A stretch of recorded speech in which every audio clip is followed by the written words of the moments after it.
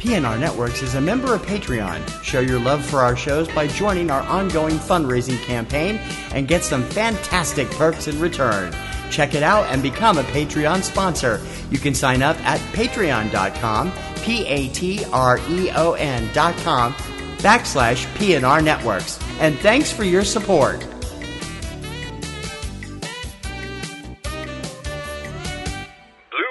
This podcast is a member of the Blueberry Network. Blueberry. No E's. That's Blueberry, BLUBRRY.com. Blueberry.com. This podcast is a proud member of the Lamb Podcasting Network. Find the network at largeassmovieblogs.com.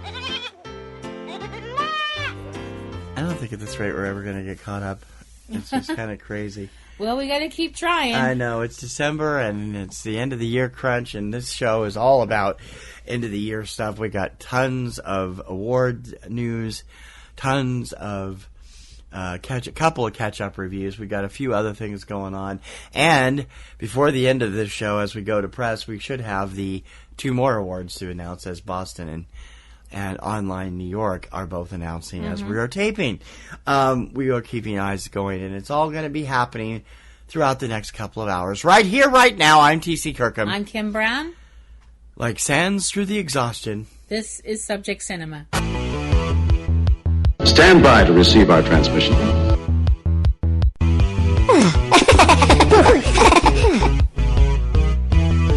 This town needs an enema.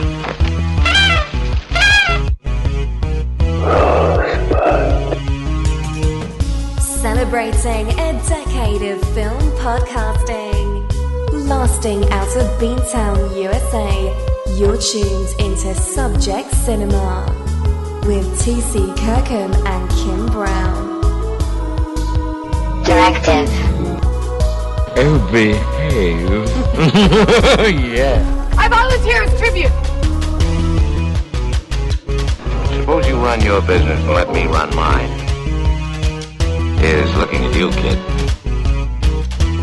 Before we get started, does anyone want to get out?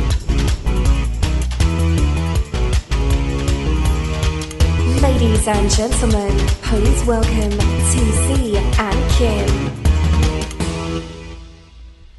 I love the end of the year, but I always hate the kind of craziness it brings, because it brings...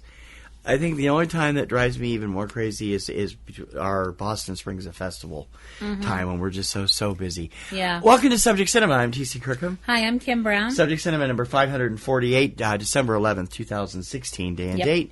How are you today? Good. How are all good. you out there? Let us know. We never hear from you. Never write, never call, never do anything.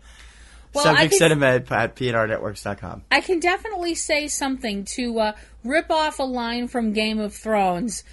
Winter is definitely here. Oh, you shouldn't be saying that. HBO is going after these people. People who put that phrase on there, like they went after an autistic kid because they put up a picture that says "Winter is coming" on it because they have the phrase trademarked for Game of Thrones. Well, screw winter is coming. Winter is here. Not yet here, but it will be tonight. It's freeze your nuts off weather outside. It's week 1 of 5 of craziness because December is end of the year stuff. We have a ton of awards and awards nominations. Today we have the early stuff from Sundance and Slamdance. We have a few other things. We have a couple of reviews from movies that came out earlier this year that we caught during catch-up week. And we got more that we're scheduled to see in the next week, including Rogue One, which is getting incredible word of mouth from its premiere in Hollywood last night. And we're going to kick it off with a scandal surrounding the Golden Globes on this week's edition of Freeze Frame.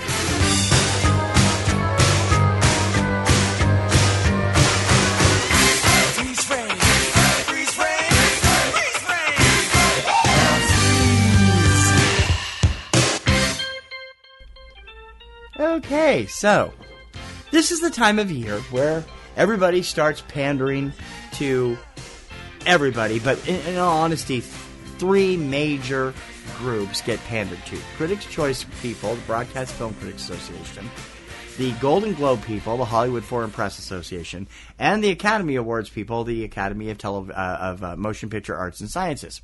These are the people that get inundated with screeners and all kinds of goodies over the course of time between December and January or February when these awards they're associated with come out. Well, there is a limit to what you can do. The Hollywood Foreign Press Association this past week, which will announce the Golden Globe nominations tomorrow as we're doing this, have asked their members to return a pricey promotional gift from director Tom Ford, who directed the critically well thought of Nocturnal Animals, because it is too expensive.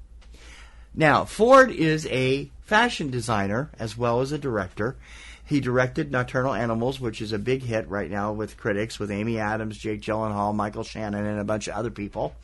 And as a gift of sorts, an attention getter for the film to these awards people at the Hollywood Foreign Press, he sent a set of his latest scents.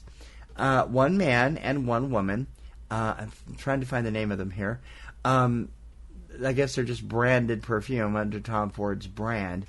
But each member got a male and female bottle to have and share, I would suppose. The problem is the Hollywood Foreign Press Association has a limit of $95 as its top limit for gifts that can be sent and accepted by lobbyists or whatever you want to call them. The Ford gifts, they're allowed to keep one bottle, but they have to send one back because the bottles individually are $90. So they sent $180 worth of perfume or cologne to these 79 people that make up the Hollywood Foreign Press Association. Mm-hmm. And now the director is saying, hey, you can keep one of them because it's under the limit, but you have to return the second one. Now, I have always wondered what the deal is. If you're voting on quality films, why are you even allowing any kind of promotional value material except screeners anyway? I mean, I don't understand this whole thing anyway. This has always blown my mind. I mean, every year they talk about the gift baskets. Oh, we're not even talking about gift bags at the ceremonies themselves. Those things are usually worth $3,000, $4,000, $5,000 each. I don't get that to begin with. I mean, we go to the theater all the time. Nobody ever gives us stuff. No, and when we are supposed to get stuff, we don't get it. Over here at Showcase, we were supposed to get a T-shirt with Doctor Strange, and we didn't. We were supposed to get that extra footage, extra thing after Florence Foster Jenkins, and we didn't get it. Nope. Showcase is notoriously bad for that, although they were very good at it when we went to Man of Steel at Showcase Superlux. We both got a hat. Yes, we did. Little perks are nice.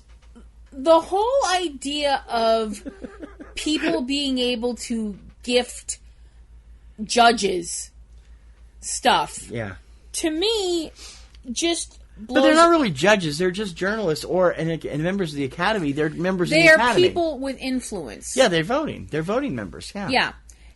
Can I bring up the fact that if everybody in the entire country woke up, let's turn back the clock a little bit. Okay. If everybody in the country woke up on October 1st and went out the door to get their morning paper and found a brand new Cadillac in their driveway with a note that said, "Hope you think of me come the election," signed, Joe Smith, because I'm running for president. Could you imagine what would happen? Nobody is bothered when Oprah does stuff like that. Oprah's not running for president yet. No, don't give her any ideas. But seriously, people's heads would explode if that happened. People would lose their minds. They would be screaming for that person to be deported. Yeah. How dare they cheapen the election, the sanctity of the American election, blah, blah, blah, meep, moop. When it comes to this kind of stuff... But this is okay in the showbiz, I guess. I don't know. When it comes to this kind of stuff, it's okay to send screeners because I think that's... Sending screeners is fine. The Academy has a strict rule even about screeners. It has to come in a plain box with only the title and the production people listed on it and on the disc. They're not allowed to put the name of the studio. They're not allowed to put anything else on it. That makes sense. Which is not the same for the Hollywood Foreign Press or any of the other ones. Most people know what it is, but Focus Features sent out this promotional perfume to people. Now, that's a bit of extreme when it comes to reminder gifts. It's just some of the ones that have went out this year. This is from an article in the Hollywood Reporter. Lionsgate sent a coffee table book to Hollywood Foreign Press members called Los Angeles: Portrait of a City, and it was wrapped. The book is retails at $70, $69.99 to be absolutely specific. But their version of the book was wrapped with a La La Land wrapper that showed Ryan Gosling and Emma Stone dancing from the movie of the same name to get their attention on it. Fox Searchlight is distributing posters of Natalie Portman as Jacqueline Kennedy Onassis, done Andy Warhol style, with different artwork of it. Roadside and Amazon is sending out posters from Manchester by the Sea that have a autograph from writer-director Kenneth Lonergan on them. Fox rules don't apply, which in all honesty probably fell off the radar after its disastrous opening last weekend. Sent a simple gift, an LED video screen that plays only scenes from the movie. It doesn't promote it, just plays the scenes. Mm-hmm. Universal sent 300 members of the Broadcast Film Critics Association, an inflatable toy piano as a promotional device for Sing, the upcoming animated film from Illumination, which comes out later this month. Right. A small wedding cake topped by an interracial couple went to members of the Hollywood Foreign Press Association for Loving, the movie with Ruth Negga and Joel Edgerton. And they also got a food basket, also from Virginia, which is where the Lovings lived. Some people, one HFPA member refused the cake. They said, "I can't come home from a long day at the Four Seasons attending press junkets to find decaying food on my doorstep." Which it makes perfect sense. Oh, a long day at the Four Seasons, Well, no, don't get. That's what they do for a living, honey. Don't get snippy. These people work hard doing this too. I mean, it's a hard thing in LA just to get in your car and drive like 2 blocks without running into a traffic jam. So give these people a little bit of a break, okay? But I mean, he did follow it up with, "I can't even tell you how many bottles of cheap wine I've gotten this year. The alcohol tends to come from the foreign films, which send stuff from their country," close quote. So, and then wisely does not say which foreign press member said that. Now the gift bags, urge to go completely off. Gift bags are an entirely different thing. Those are given by every major awards show on the planet. I mean, you could get. I mean, People's Choice has them, and the Grammys, and the Tonys, and Oscars. The Oscar gift bags in the last couple of years have gotten ridiculous. Some of them have included a free 10-day trip to Hawaii for everybody. Some of them have included a new car for some people. I mean, gone are the days, God forbid, when you had cheap stuff like a brand new iPod in there compared to what they've been offering. Excuse me. How is this not bribery? That's what I want to know. Yeah, I was going to say, isn't there a word for this? Oh, yes, it's called bribery. I mean, don't get me wrong. People are going to look at, "Oh, you're just saying that because you guys don't get anything." I'm like, yeah, actually we do. We get free screeners. Yeah. We get from certain companies. And you know what? When we get them, we're grateful for getting them because we think, "Wow, and we're that's watching really them, nice." Usually, we get screeners. We've gotten a few promotional items from here and there, posters and things like that. And yeah, that's cool. But it's hardly has anything to do with what we do as critics, and most critics refuse all things like that during the year anyway. They seem to make an exception. Roger Ebert, I remember Roger Ebert talking once about how somebody had sent him something trying to get him to be more interested in a film he really didn't have any interest in reviewing. and he sent it back with one of his usual vitriolic notes, and ended up going to see the film anyway, and turns out he loved it, and he later wrote a note to the guy saying, you see, you didn't need to send all this stuff, I loved it anyway. And I keep bringing up Ebert, but, all the good film critics of the classic era are long gone, and Ebert was one, and Andrew Sarris was one, and they're just, they had class and knew how to handle this stuff. But I'm sure they had their share of perks too, but nothing like is offered right now. No. I mean, I realized my Cadillac analogy at the beginning was a little bit bananas, but not really, no, not anymore. But let's be honest. Especially if the movie has something to do with racing. If that if that happened in politics, people would be having apoplexy. Why is the film industry so different? Like they're having right now about President-elect Donald Trump still having an executive producer credit on The Apprentice, even though he's not on it anymore. Well, they should take that off. Why? He's still a businessman. And it's not a conflict of interest. Nothing he makes from it is coming into the office. So, well, I just think that if he's not there, it's going to be interesting. It's going to be interesting to watch all this. I am not the brightest bulb on the tree. We'll go back to going back to Hollywood, though. It's like there's a perk of knowing that you're going to be able to get something. In the past, HFPA, which has been one of the biggest transgressors, has had big things happen. In 1999, Sharon Stone was being promoted by USA Films for a movie she did called The Muse. I don't remember this. I do. Mm-hmm. Okay. I didn't see it, but I remember. They sent out, USA Films sent out a watch worth $400 to each member of the HFPA. As a result, Stone paid for them, according to sources.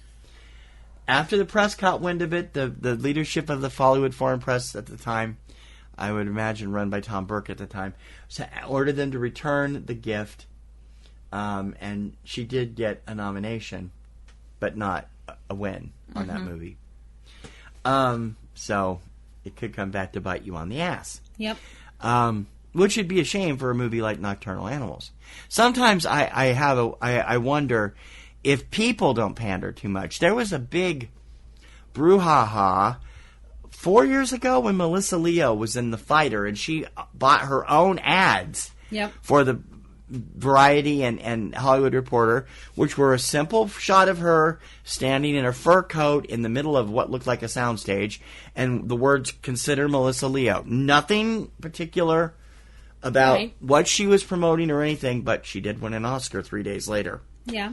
Or 3 months later, or whatever it was. I think that's because she's a great actress. She is a great actress. And I think that, to be honest, that kind of a thing, I have no problem. That's a person spending their own money and saying, hey, I agree. I should be recognized. Yeah, I agree. And I think something like that did diddly squat for the fact that she was going to win an Oscar anyway, because from what I've heard, yeah, she probably was. Was amazing. And she won the Spirit Award too. Mm-hmm. Or did she win a Spirit and not the Oscar that year? I thought she won them both, but it's like me right now. If I was rich and I had money, I'm so fed up with some of the studios right now that I would be paying for ad campaigns in the Hollywood Reporter and Variety. I would pay for full page ads for Little Men and Street Cat Named Bob and a number of other films that are not getting the consideration from the awards committees that they deserve to get. Because this cabal of journalists picked these films from Sundance to be the year's big ones, and of course, they are now the big films at Oscar time. Mm-hmm. And yes, I firmly believe that this is how it works, and we'll talk about that in the future. But it's like, I really think Hollywood should be called out for this. But we obviously see that sometimes turning around to bite people on the butt. Sometimes people that, whether or not they deserve to be bitten is another thing. And this isn't the first time we've had this discussion. We've discussed this a couple other times over the last 10 years. Case in point, a film like Birth of a Nation, which was touted as, if this didn't win an Oscar this year, it was going to, it was going to collapse the film industry. To coin a phrase, it was the great black hope for Oscars So White. And it stayed that way until August, when the reports started surfacing of Nate Parker's transgressions during college, and went straight into the toilet, and it's been there since. Yeah. Although we could still see some nominations for it. It isn't likely, but we still could. I think that no amount of promotional devices would have helped it either. No. At this point. I'm just curious as to know why there have been no rules set up about this, as far as industry-wide saying you can't do. Let's be honest. Let's do the right thing. Let's kill the gift bags. Let's kill the promotional gifts. Send toys, sure. If you want to send a toy piano, fine, or whatever. But don't send anything that's really of value, like perfume or watches or something. Send a novelty item to attract attention. I don't have a problem with. Yeah, send something that is representative of your movie. Even the posters are okay, even though they are like artwork, considered artwork. Send something that's representative of your movie. I don't see how a bottle of perfume that's $90. Well, it is from the line owned by the director of the film, so. But that's not representative of the movie. That's representative of the director. Right. Is it named after the movie? No. But it has the director's name on it, though. But that's not representing the movie. But isn't it, though? I mean, couldn't you have sent something? Sent, like, I don't know, a little, like, butcher knife to people and called it Hitchcock's knife and in favor of Psycho a few years ago? You know? I mean, that's a tasteless analogy, but it's the point. Yes, if you're bringing attention to the director, you're bringing attention to the film, is what I'm saying. No, knowing Hitchcock, he would have sent shower curtains. Oh, well. True enough. Or chocolate syrup. What do you think of the gift idea? What do you think? Is this bribery? Or is it just Hollywood business as usual? I wouldn't mind getting a few perks like that every now and then. That would be nice. It wouldn't change how I feel about the movies, but it would be nice to get them. We want to know what you think. Subject, send them at PNRNetworks.com, or leave us a voicemail over on our voice box thing, and you can just click on the website and go over there and do it. No film is too good or too bad for us. This is Subject Cinema. In a world where podcasts already seem to address every imaginable subject, one man broke new ground with a seemingly random obsession about exploding helicopters in movies. He was a podcaster on the edge, a maverick broadcaster who played by his own rules. Now, he has a last chance to talk about the strange way helicopters explode in film. Exploding Helicopter, available on iTunes and Podomatic now. Think you know about chopper fireballs? Think again. Subject Cinema.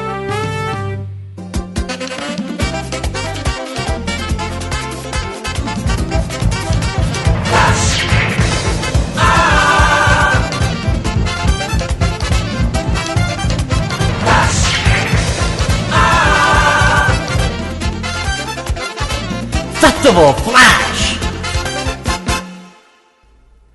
If you haven't noticed, we have been going crazy with award stuff, but we have another big thing coming up in January.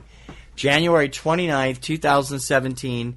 Mark that date on your calendar for the 11th Annual Festival of Film Festivals, where we will run down all of our picks from Sundance, Slamdance, Santa Barbara, Palm Springs, Victoria, and Big Sky in Berlin-Ale if we get it in time.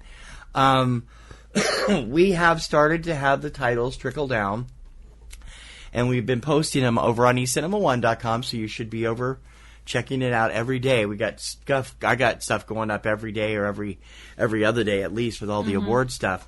Sundance has announced some interesting stuff, and I'm just gonna run over them real quick. The 16 films in the U.S. Dramatic competition this year, these are the ones fighting for the big award at Sundance, will be Band-Aid, written and directed by Zoe Lister-Jones, Beach Rats, from director and screenwriter Elisa Hittman, Brigsby Bear, which I have to admit has a very intriguing cast and premise, directed by Dave McCary with screenwriters Kevin Costello and Kyle Mooney. Burning Sands, directed by Gerald McMurney. Crown Heights, directed by Matt Ruskin. I don't know why the site is acting this way. I'm trying to pull up stuff and it's slipping back down. Golden Exits from director and screenwriter Alex Ross Perry. The Hero from director Brett Halsey. I Don't Feel at Home in This World Anymore, which is getting tons of early word of mouth coming from Macon Blair. Macon Blair is the gentleman that starred in the critically raved about indie thriller Blue Ruin a couple years ago. Mm-hmm. He also had a part in Green Room. And so this is his directorial debut, and people are like wigging out. Ingrid Goes West from director Matt Spicer. Landline from director Gillian Robespierre. That's not a good name, I wouldn't think, for any big things happening. Because isn't that like a... Where does that name come from? Robespierre? Yeah. I know it was a name that was there. That was someone by that name in the Reign of Terror in France. Yeah, that's what I thought. Novitiate from director Maggie Betts. Patty Cakes with an S $sign at the end from director Jeremy Jasper. Roxanne from director and screenwriter Michael Larnell. To the Bone with from screenwriter and director Marty Noxon.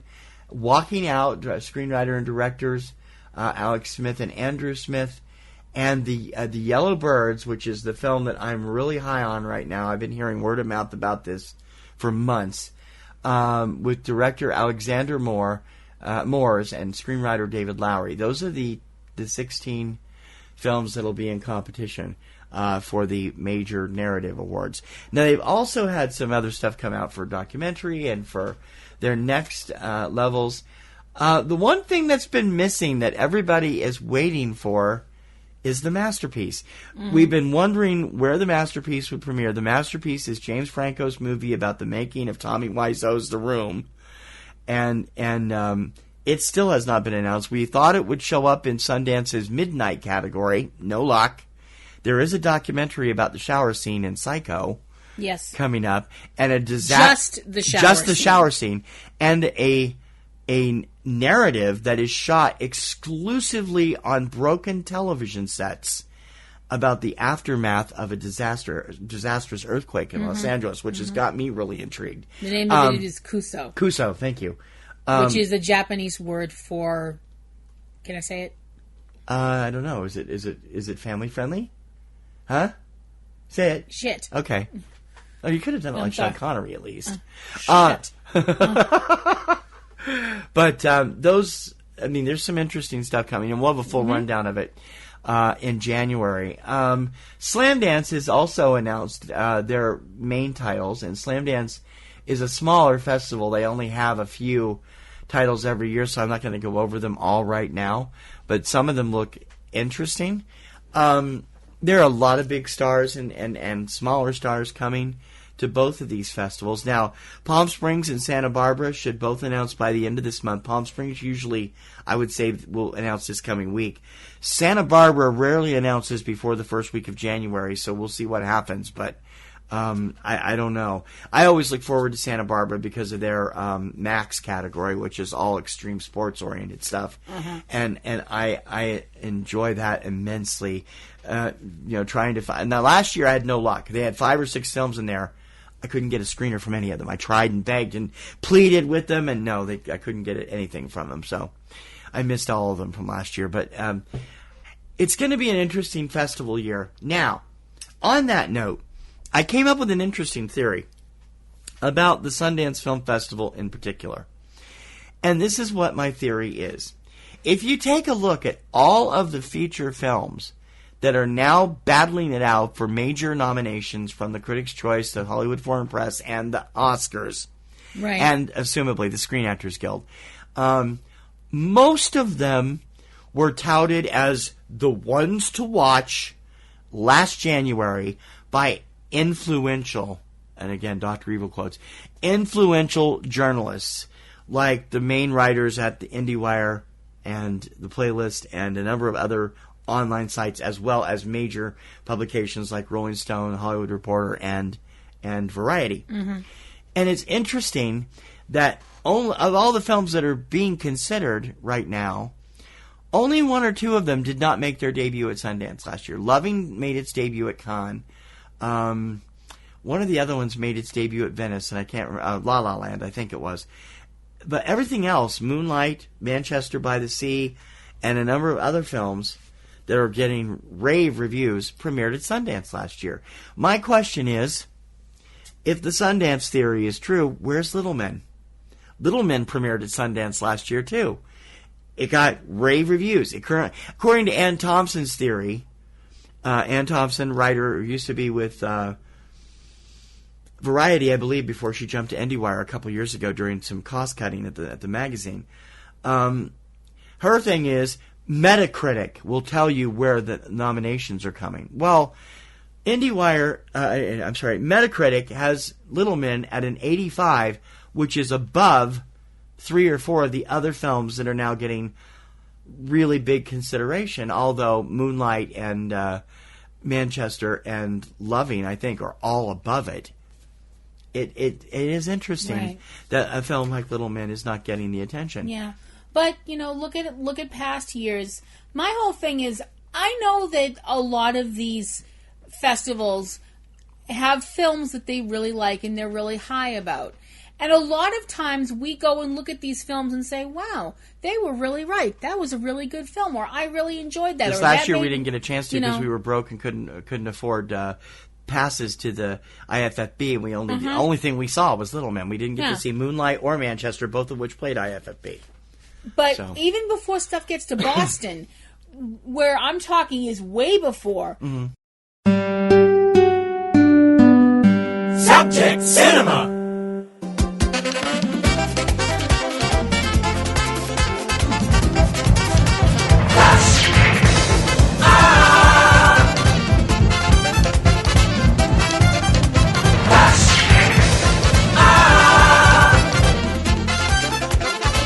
Festival Flash! If you haven't noticed, we have been going crazy with award stuff, but we have another big thing coming up in January. January 29th, 2017. Mark that date on your calendar for the 11th Annual Festival of Film Festivals, where we will run down all of our picks from Sundance, Slamdance, Santa Barbara, Palm Springs, Victoria, and Big Sky in Berlin Ale if we get it in time.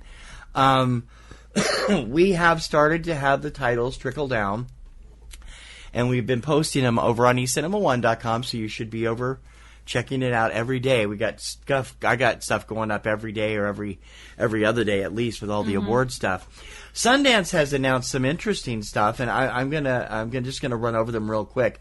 The 16 films in the U.S. Dramatic competition this year, these are the ones fighting for the big award at Sundance, will be Band-Aid, written and directed by Zoe Lister-Jones, Beach Rats, from director and screenwriter Elisa Hittman, Brigsby Bear, which I have to admit has a very intriguing cast and premise, directed by Dave McCary, with screenwriters Kevin Costello and Kyle Mooney, Burning Sands, directed by Gerald McMurney, Crown Heights, directed by Matt Ruskin. I don't know why the site is acting this way. I'm trying to pull up stuff and it's slipping back down. Golden Exits, from director and screenwriter Alex Ross Perry. The Hero, from director Brett Halsey. I Don't Feel at Home in This World Anymore, which is getting tons of early word of mouth, coming from Macon Blair. Macon Blair is the gentleman that starred in the critically raved about indie thriller Blue Ruin a couple years ago. He also had a part in Green Room. And so this is his directorial debut, and people are like wigging out. Ingrid Goes West, from director Matt Spicer. Landline, from director Gillian Robespierre. That's not a good name, I wouldn't think, for any big things happening, because isn't that like a... Where does that name come from? Robespierre? Yeah. I know it was a name that was there. That was someone by that name in the Reign of Terror in France. Yeah, that's what I thought. Novitiate from director Maggie Betts.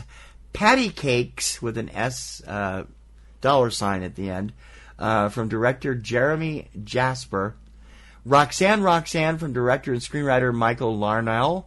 To the Bone with from screenwriter and director Marty Noxon. Walking Out, screenwriter and directors Alex Smith and Andrew Smith, and the Yellow Birds, which is the film that I'm really high on right now. I've been hearing word of mouth about this for months, with director Alexander Moores and screenwriter David Lowery. Those are the 16 films that'll be in competition for the major narrative awards. Now, they've also had some other stuff come out for documentary and for their next levels. The one thing that's been missing that everybody is waiting for is the Masterpiece. Mm-hmm. We've been wondering where the Masterpiece would premiere. The Masterpiece is James Franco's movie about the making of Tommy Wiseau's The Room. And it still has not been announced. We thought it would show up in Sundance's Midnight category. No luck. There is a documentary about the shower scene in Psycho. Yes. Coming up, and a disaster. Just the shower scene, and a narrative that is shot exclusively on broken television sets about the aftermath of a disastrous earthquake in Los Angeles, which has got me really intrigued. The name of it is Kuso. Kuso, thank you. Which is a Japanese word for. Can I say it? I don't know. Is it family friendly? Huh? Say it. Shit. Okay. Oh, you could have done it like Sean Connery at least. Shit. But there's some interesting stuff coming, and we'll have a full rundown of it in January. Slamdance has also announced their main titles, and Slamdance is a smaller festival. They only have a few titles every year, so I'm not going to go over them all right now, but some of them look interesting. There are a lot of big stars and smaller stars coming to both of these festivals. Now, Palm Springs and Santa Barbara should both announce by the end of this month. Palm Springs usually, I would say, will announce this coming week. Santa Barbara rarely announces before the first week of January, so we'll see what happens, but I don't know. I always look forward to Santa Barbara because of their Max category, which is all extreme sports-oriented stuff, and I enjoy that immensely. Trying to find. Now, last year I had no luck. They had 5 or 6 films in there. I couldn't get a screener from any of them. I tried and begged and pleaded with them, and no, I couldn't get anything from them. So I missed all of them from last year. But it's going to be an interesting festival year. Now, on that note, I came up with an interesting theory about the Sundance Film Festival in particular. And this is what my theory is. If you take a look at all of the feature films that are now battling it out for major nominations from the Critics' Choice, the Hollywood Foreign Press, and the Oscars, right, and assumably the Screen Actors Guild, most of them were touted as the ones to watch last January by influential, and again, Dr. Evil quotes, influential journalists like the main writers at the IndieWire and the Playlist and a number of other online sites, as well as major publications like Rolling Stone, Hollywood Reporter, and Variety. And it's interesting that of all the films that are being considered right now, only 1 or 2 of them did not make their debut at Sundance last year. Loving made its debut at Cannes. One of the other ones made its debut at Venice, and I can't remember, La La Land, I think it was. But everything else, Moonlight, Manchester by the Sea, and a number of other films that are getting rave reviews premiered at Sundance last year. My question is, if the Sundance theory is true, where's Little Men? Little Men premiered at Sundance last year, too. It got rave reviews. According to Ann Thompson's theory, Ann Thompson, writer who used to be with Variety, I believe, before she jumped to IndieWire a couple years ago during some cost-cutting at the magazine. Her thing is, Metacritic will tell you where the nominations are coming. Well, Metacritic has Little Men at an 85, which is above 3 or 4 of the other films that are now getting really big consideration, although Moonlight and Manchester and Loving, I think, are all above it.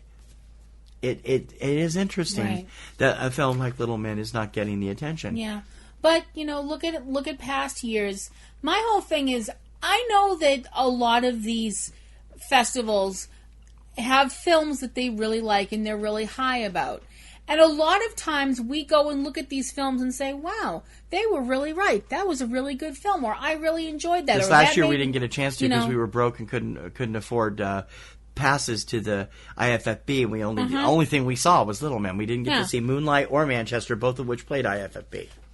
But even before stuff gets to Boston, where I'm talking is way before, and then you get a film like Crazy, which everybody Crazy was a big hit. About. Crazy was a big hit at Sundance, but it wasn't an awards film, and I think they knew that. It never had an awards buzz behind it, just a Sundance buzz. The same with Blood Brother, which should have been up for everything a few years ago. Oh, absolutely. But other than that, Precious was there. 12 Years a Slave, Sundance. The one big if now on that whole list is Birth of a Nation. Birth of a Nation was touted last year as the one to beat at the Oscars 2017, and then the publicity surrounding Nate Parker's rape accusations when he was in college and his co-writer's conviction and then overturned conviction of the same similar charges, not the same charges. He was convicted of assault and it was overturned. I don't know if that plays into it or not, but I just think it's interesting that if we watch Sundance real closely this year, and I'm going to do that, I'm going to watch Sundance real closely, and I'm going to find the 5 or 6 films that the critics are raving about, and they're saying, oh, we've seen this year's Oscar contenders, and I'll bet you 8 months from now, they'll be there. Not necessarily because they deserve to be there, but because they've been decreed to be there by these important people. Right. No, we'll have to wait and see. Yeah. Anyway, we'll have more coverage on the Festival of Film Festivals of Sundance, Slamdance, Santa Barbara, Palm Springs, Victoria, Big Sky, and if the list is announced in time, Berlinale. That's all coming up on Sunday, January 29th, 2017. Be there or miss out. T.C. Kirkham and Kim Brown.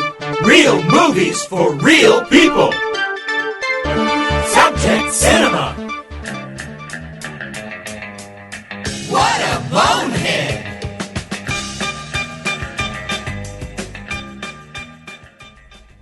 Dragging this old segment out of the mothballs because we didn't think this quite fit the dramatic chipmunk. Jennifer Lawrence has apologized for putting her butt where the sun doesn't shine. Is that the idea? I don't know. Well, what is it? The whole thing about the reason we're giving Jennifer the bonehead of the week and dragging it out of mothballs, as TC mentioned, is not necessarily bonehead of the week. What a bonehead! Yeah, it's Yeah, because the dramatic chipmunk thing didn't work for this, and we didn't want people to think we were making fun of their outrage because they had a reason to be outraged. Yeah. Jennifer Lawrence appeared on the Graham Norton show on December 2nd and was talking about an incident that happened in 2012 when she was filming one of the Hunger Games films.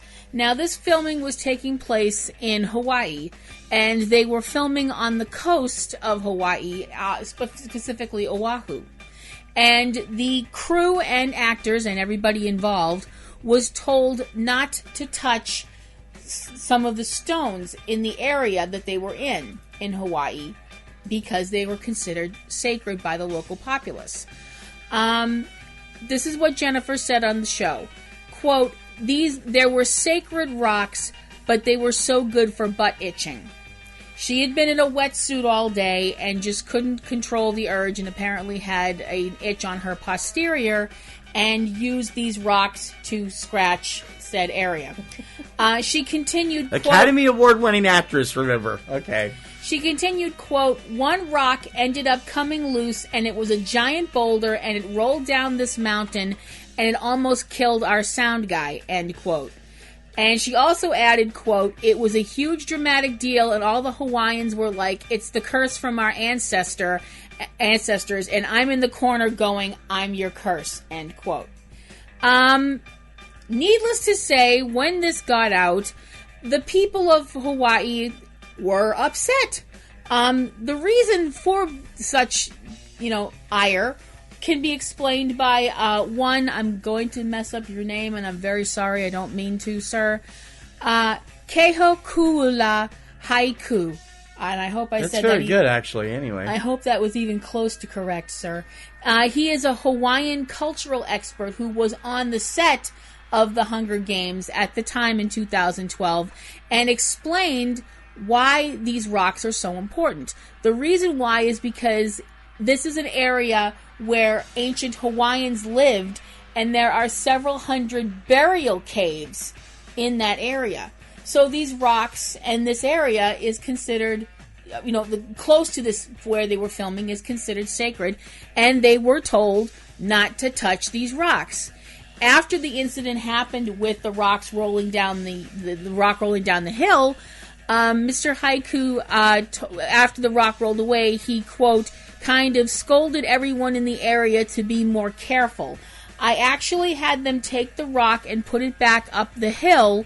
We were pretty serious about it, but they seemed to think it was funny. Fortunately, this rock was not part of the burial site, end quote.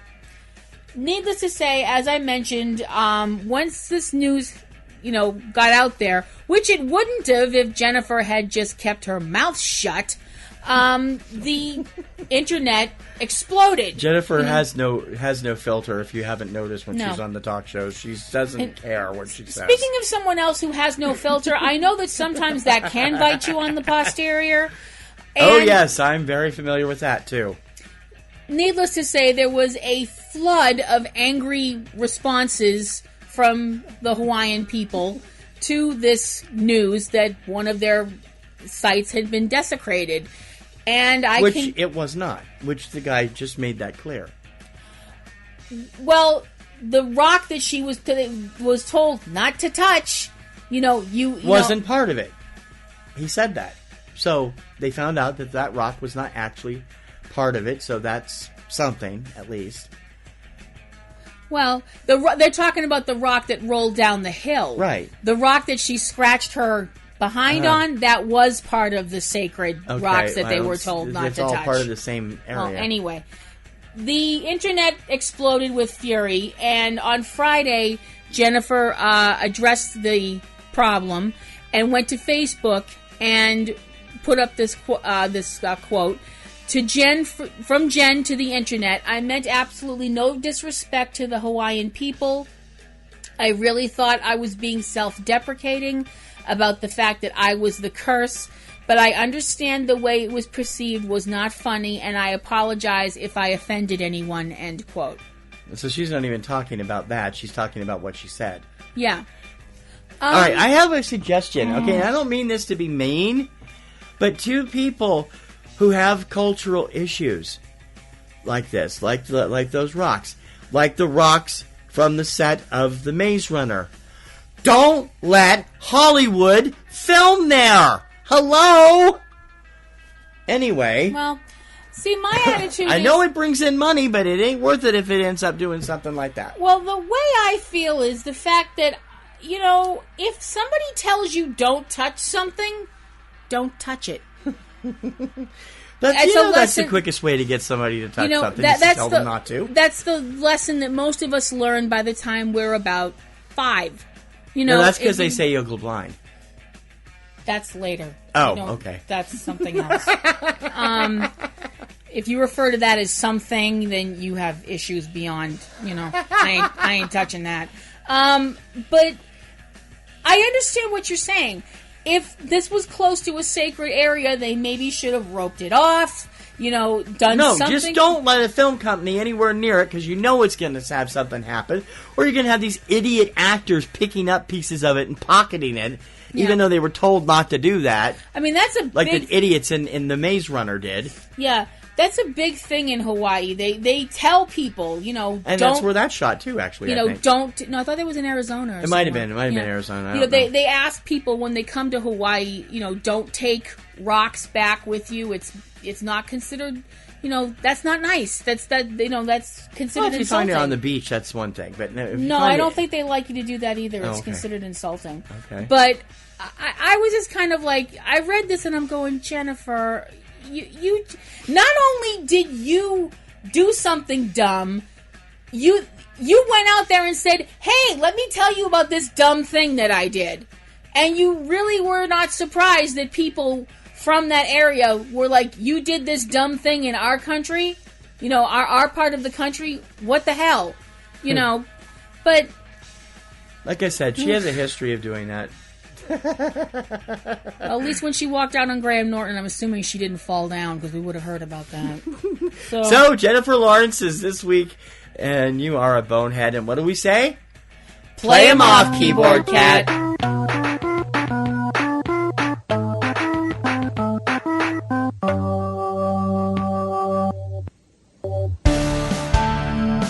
Real movies for real people. Subject Cinema. His movies. Way to go, Charlie. I think it rips through your clothes when it takes you over. More human than human is our motto. He tasks me, and I shall have him. Her movies. The hills are alive. You're so jealous you can hardly breathe. The rum! Yes, the rum is gone. Why is the rum gone? Suddenly my life doesn't seem such a waste. Fuzzy Fur Movies. The Cavebabble Podcast. We babble about the movies you love. And probably a few that you love to hate. Find out more at cavebabble.com. Also available on iTunes, Stitcher, and by Smoke Signal. C-A-V-E. Babble. Cavebabble.com. Movies for him, her, and you. If you're looking for great films, well, that's okay. You'll like us anyway. Subject Cinema. Hey kids, time to jump in the car. Pull into a choice viewing spot. Put the speaker in the window. Sit back, relax, and suffer with everyone else. It's time for another trip to the Subject Cinema Drive-In Dungeon.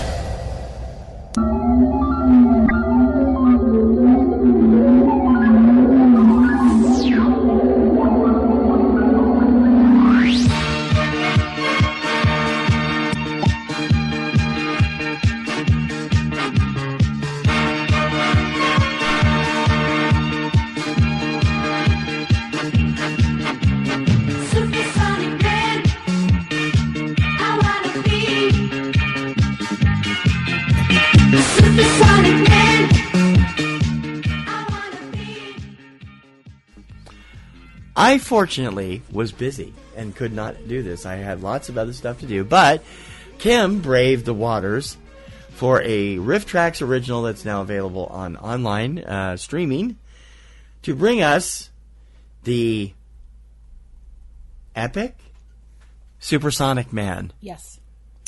We were just bouncing around on Netflix and we realized Riff Tracks was there and some of this stuff. Amazon. Amazon. Wasn't it Amazon? Yeah. Yeah, it was Amazon. Amazon Video. And we realized some of this stuff was free, and I had some free time, and TC was doing other stuff, so we figured, well, if somebody's got to suffer, it might as well be her. Well, you've always been the original Misty fan anyway, so. And we all know I have a thing about pain. But anyway. Not going there. Moving on.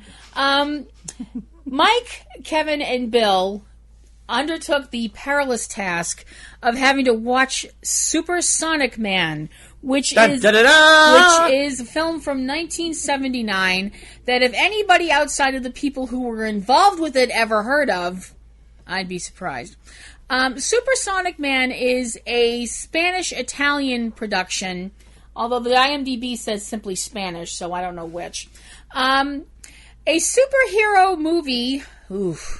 about allegedly an alien who is sent to Earth by his superiors. The alien's name is Kronos, and he is sent to Earth to keep an eye on the planet because there is a certain evil mad scientist by the name of Dr. Gulick. Dun dun dun! played by Cameron Mitchell. Why he is in this movie, I have no idea. He did a lot of crap during the latter part of his career. Dr. Gulick is trying to take over the world by kidnapping a good scientist and, building the ultimate weapon to make him the ruler of all mankind. Moo-ha-ha. That was actually a really good one. So anyway, Kronos is... Yeah, I was going to say you're paying for it now. Kronos is sent to Earth and takes on a secret identity of a man named Paul, who is played by a completely different actor. There is precedent for that. What do you mean? Billy Batson and Captain Marvel and Shazam. Yes, but the whole point... Fine. And now we're going to have a superhero sidebar. That made sense because Billy Batson was 12 years old and Captain Marvel was a full-grown... Michael Gray was not 12 years old when Shazam was made. He was like 20-something. Anyway. Well, yeah, but we won't talk about that. We're talking about the right... Stop it.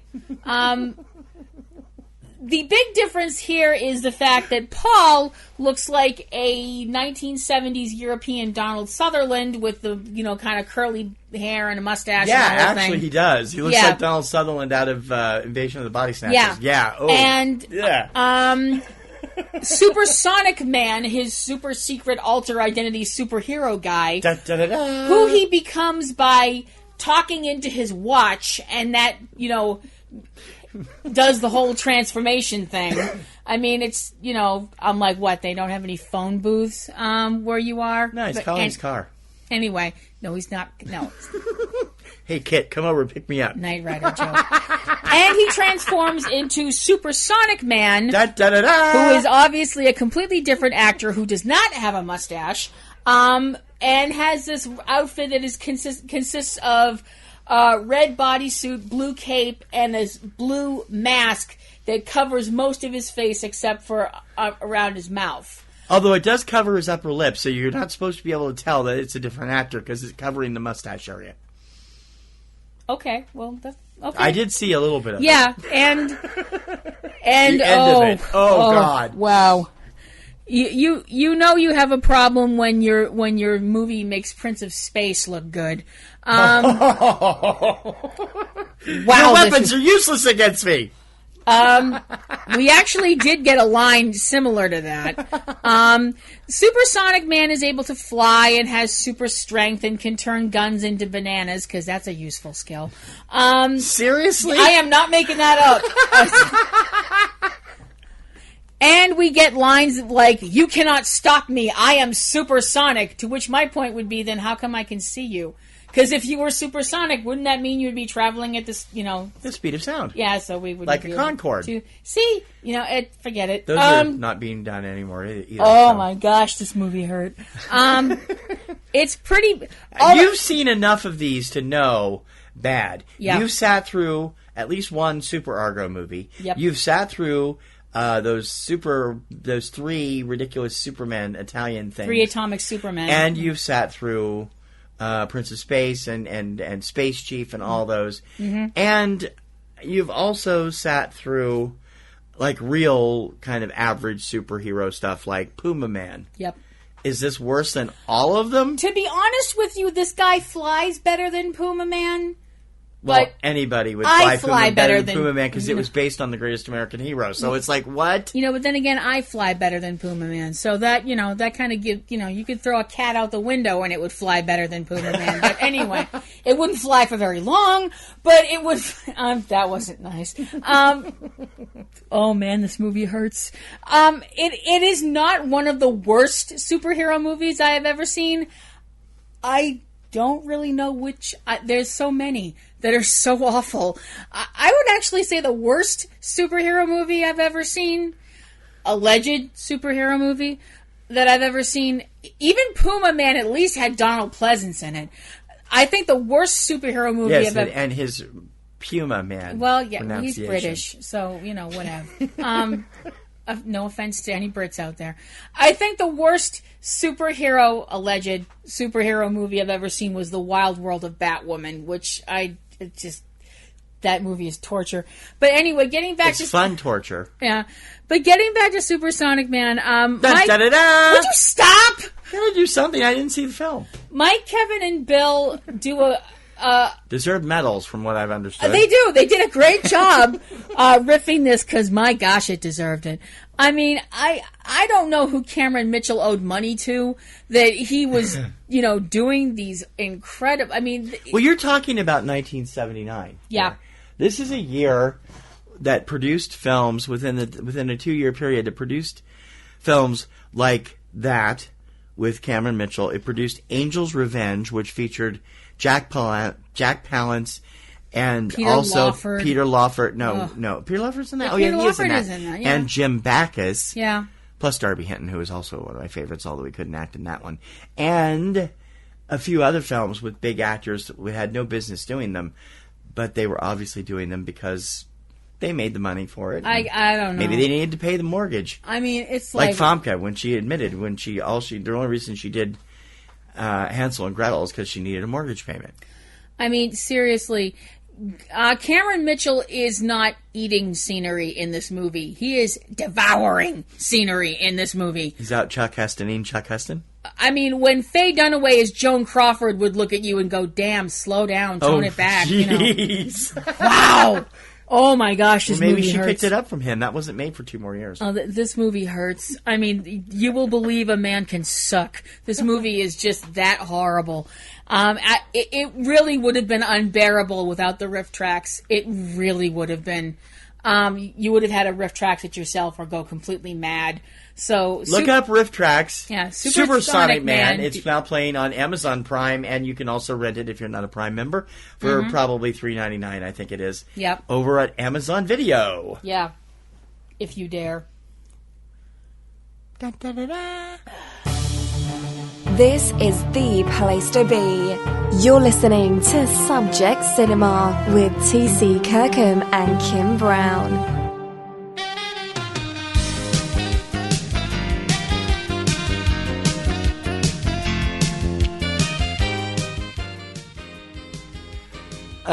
If you haven't got the message yet from the last 2 or 3 weeks, it's awards season. And Red Carpet Monitor is here for you 7 days a week. We're going to be publishing a lot more on the website. I'm trying to get them all up from the critics groups and the various independent organizations, nominations, and winners.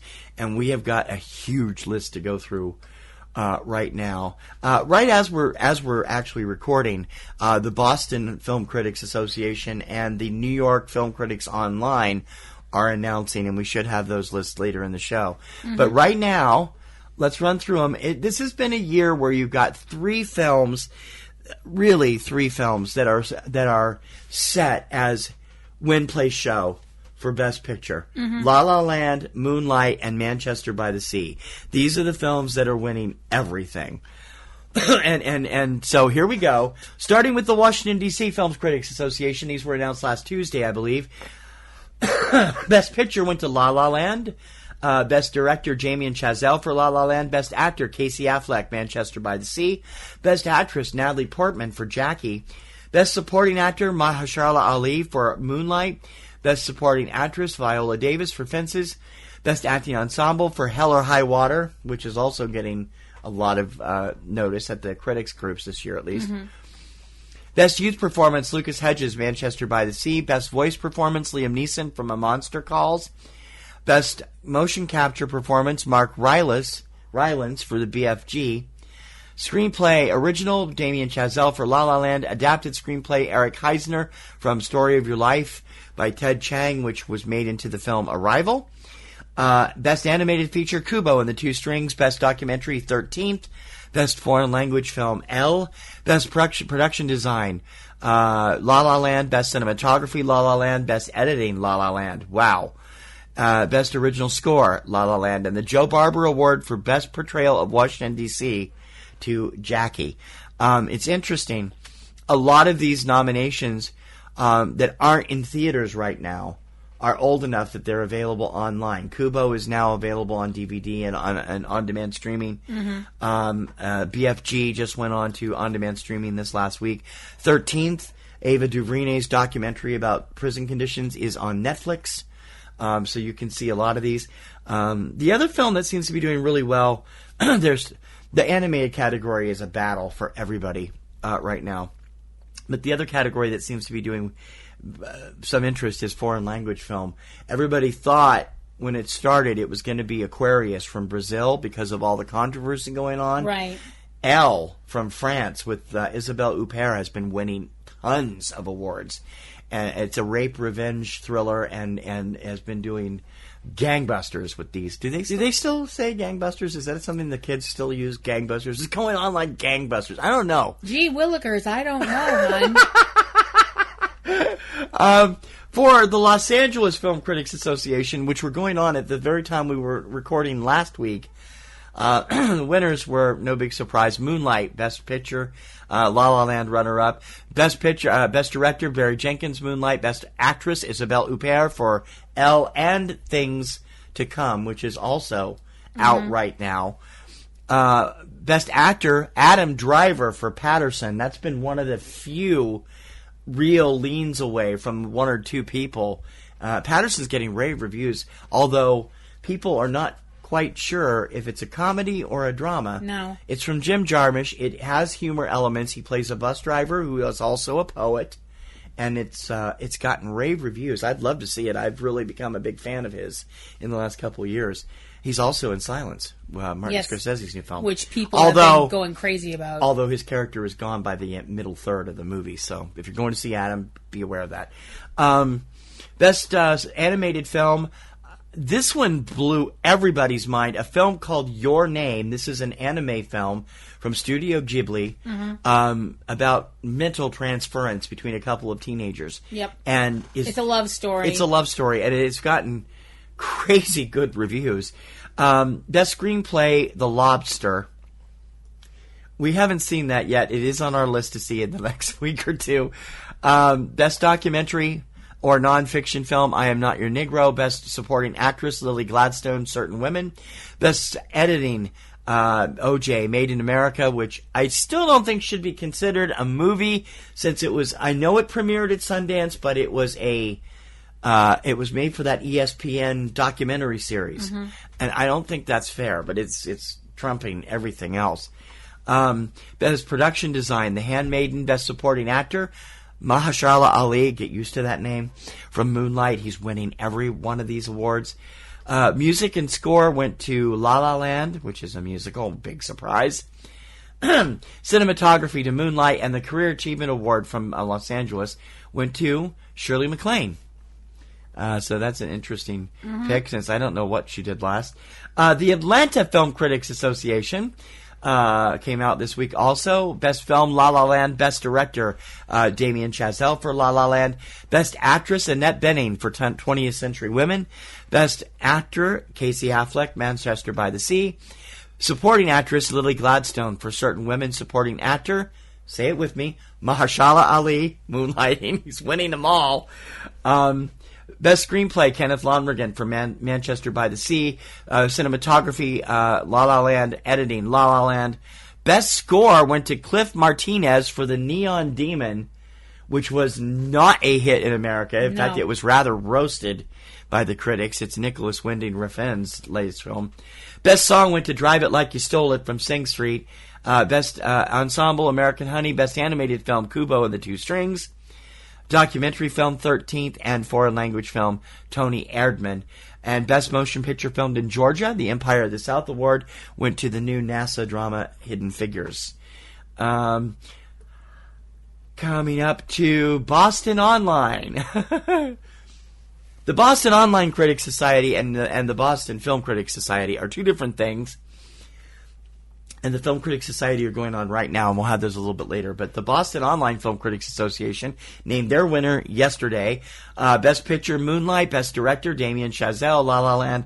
Best Actor, Casey Affleck, Manchester by the Sea.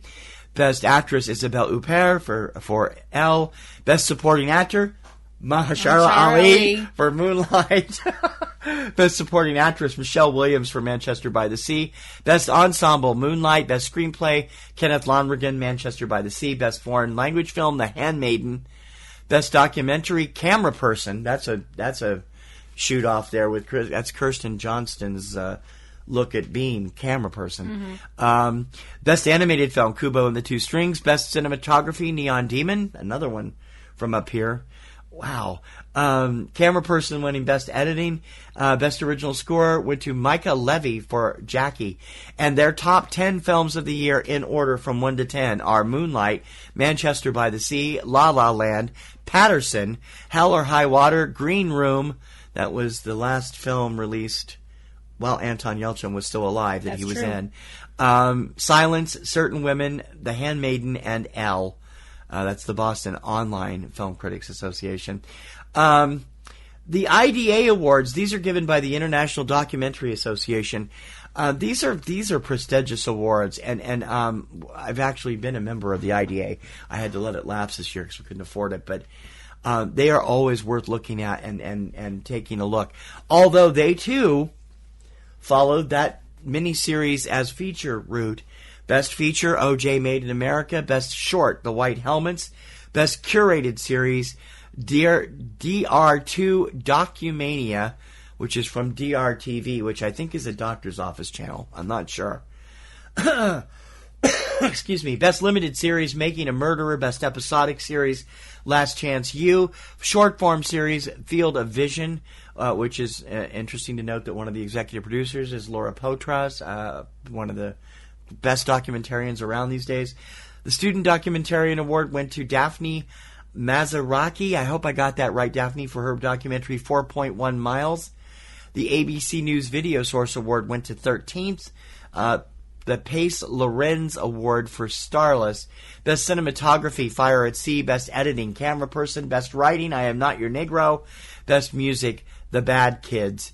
And other honorees were the Career Achievement Award for Stanley Nelson, the Pioneer Award for Allie Dirks, the Amicus Award to Lynn and Norman Lear, and the Emerging Documentary Filmmaker Award to Nanfu Wang. Those are from the IDA, and that's, like I said, the big documentary association. Right. The European Film Awards went out yesterday, and it just was a rout for the German-Austrian comedy Toni Erdmann, the film which comes out here in the States on the 29th, I believe, of December. It won't be in Boston until January 31st. Just walked over everything. European film, Toni Erdmann. European director, Maren Ade for Toni Erdmann. Best European comedy, A Man Called Ove, which is currently playing in Boston. European actress, Sandra Hüller for Toni Erdmann. European actor, Peter Simonisek for Toni Erdmann. European discovery, The Happiest Day in the Life of Ollie Mackey. I'm not sure where that comes from. European documentary, Fire at Sea. European short film, 9 Days. From My Window in Aleppo, which is, that's Syria, right? Mm-hmm. Aleppo. European feature, animated feature, My Life as a Zucchini, which is getting rave reviews here, too. European screenwriter, Maren Ade for Toni Erdmann. People's Choice Award went to Body. Director, Małgorzata Sumoskwa. I'm going to bet that's either Ukrainian or Polish. I'm not sure which. And previously announced awards, the EFA Lifetime Achievement Award went to Jean-Claude Carrère, and the European Co-Production Award to Leontine Petit.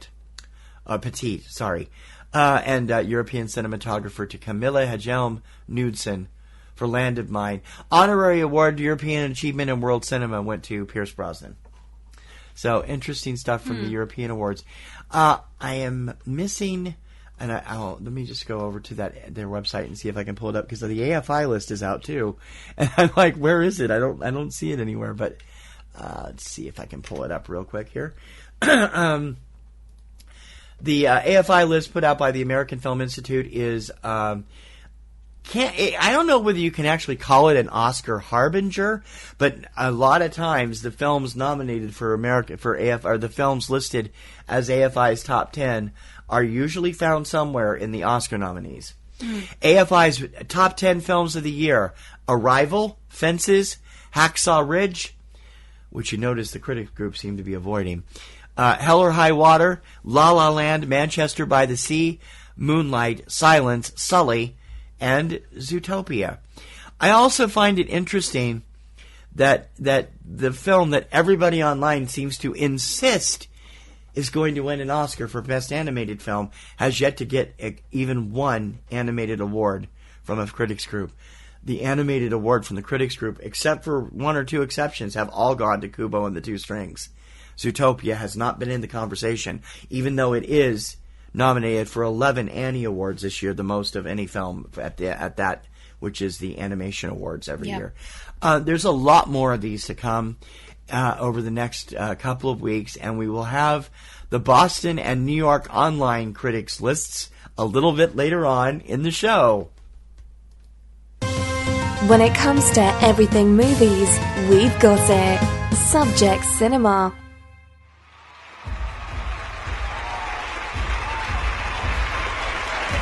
Let's give a rousing welcome to Mr. Hank Williams.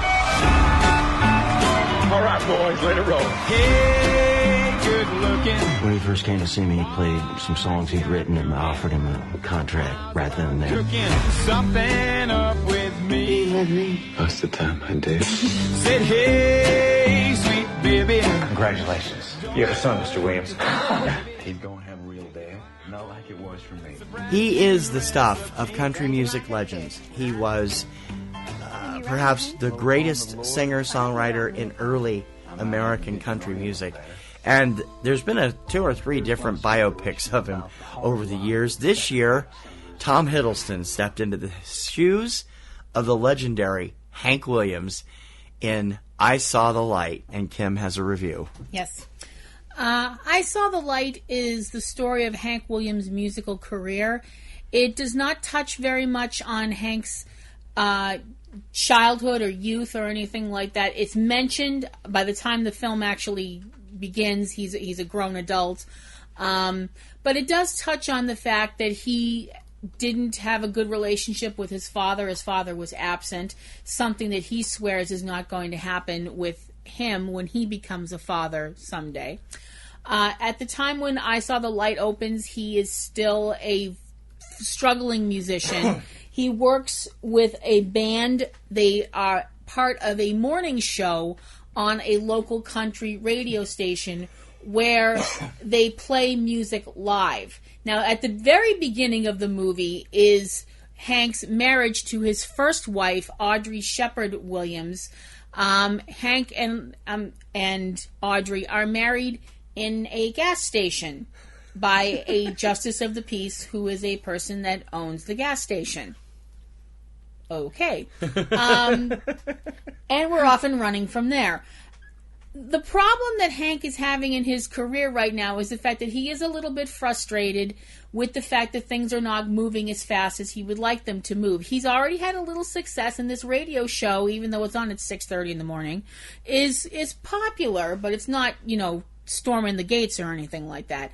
Part of his problem is also the fact that Audrey, his now wife, is very much the type that is of the opinion that they should be a duo act, that she should be able to sing on his show, and she has a very strong opinion that she is a very talented singer, an opinion that is not shared by anybody else.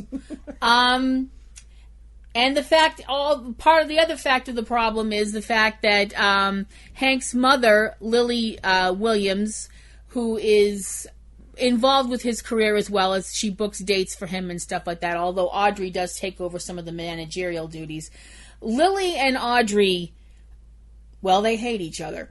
To be perfectly honest, they really do not get along. And Audrey comes into the marriage with a child from a previous relationship that Hank treats very kindly. It's a little girl. And the film follows Hank as he becomes Hank Williams, the country music sensation. He begins to get more listeners and more followers and finally makes it to where he wants to be, performing at the bastion of country music, the Grand Ole Opry. Now, you have to figure this is still back in the 40s and 50s where when people heard this stuff, they were hearing it on the radio. It wasn't on TV or anything like that. And the film focuses on Hank as a performer and the fact that he and Audrey, as a married couple, this is a horrible idea. I mean, these two people being married is a terrible idea. Because they're miserable when they're together. They have moments where they're happy, but for the most part, they're miserable, I think.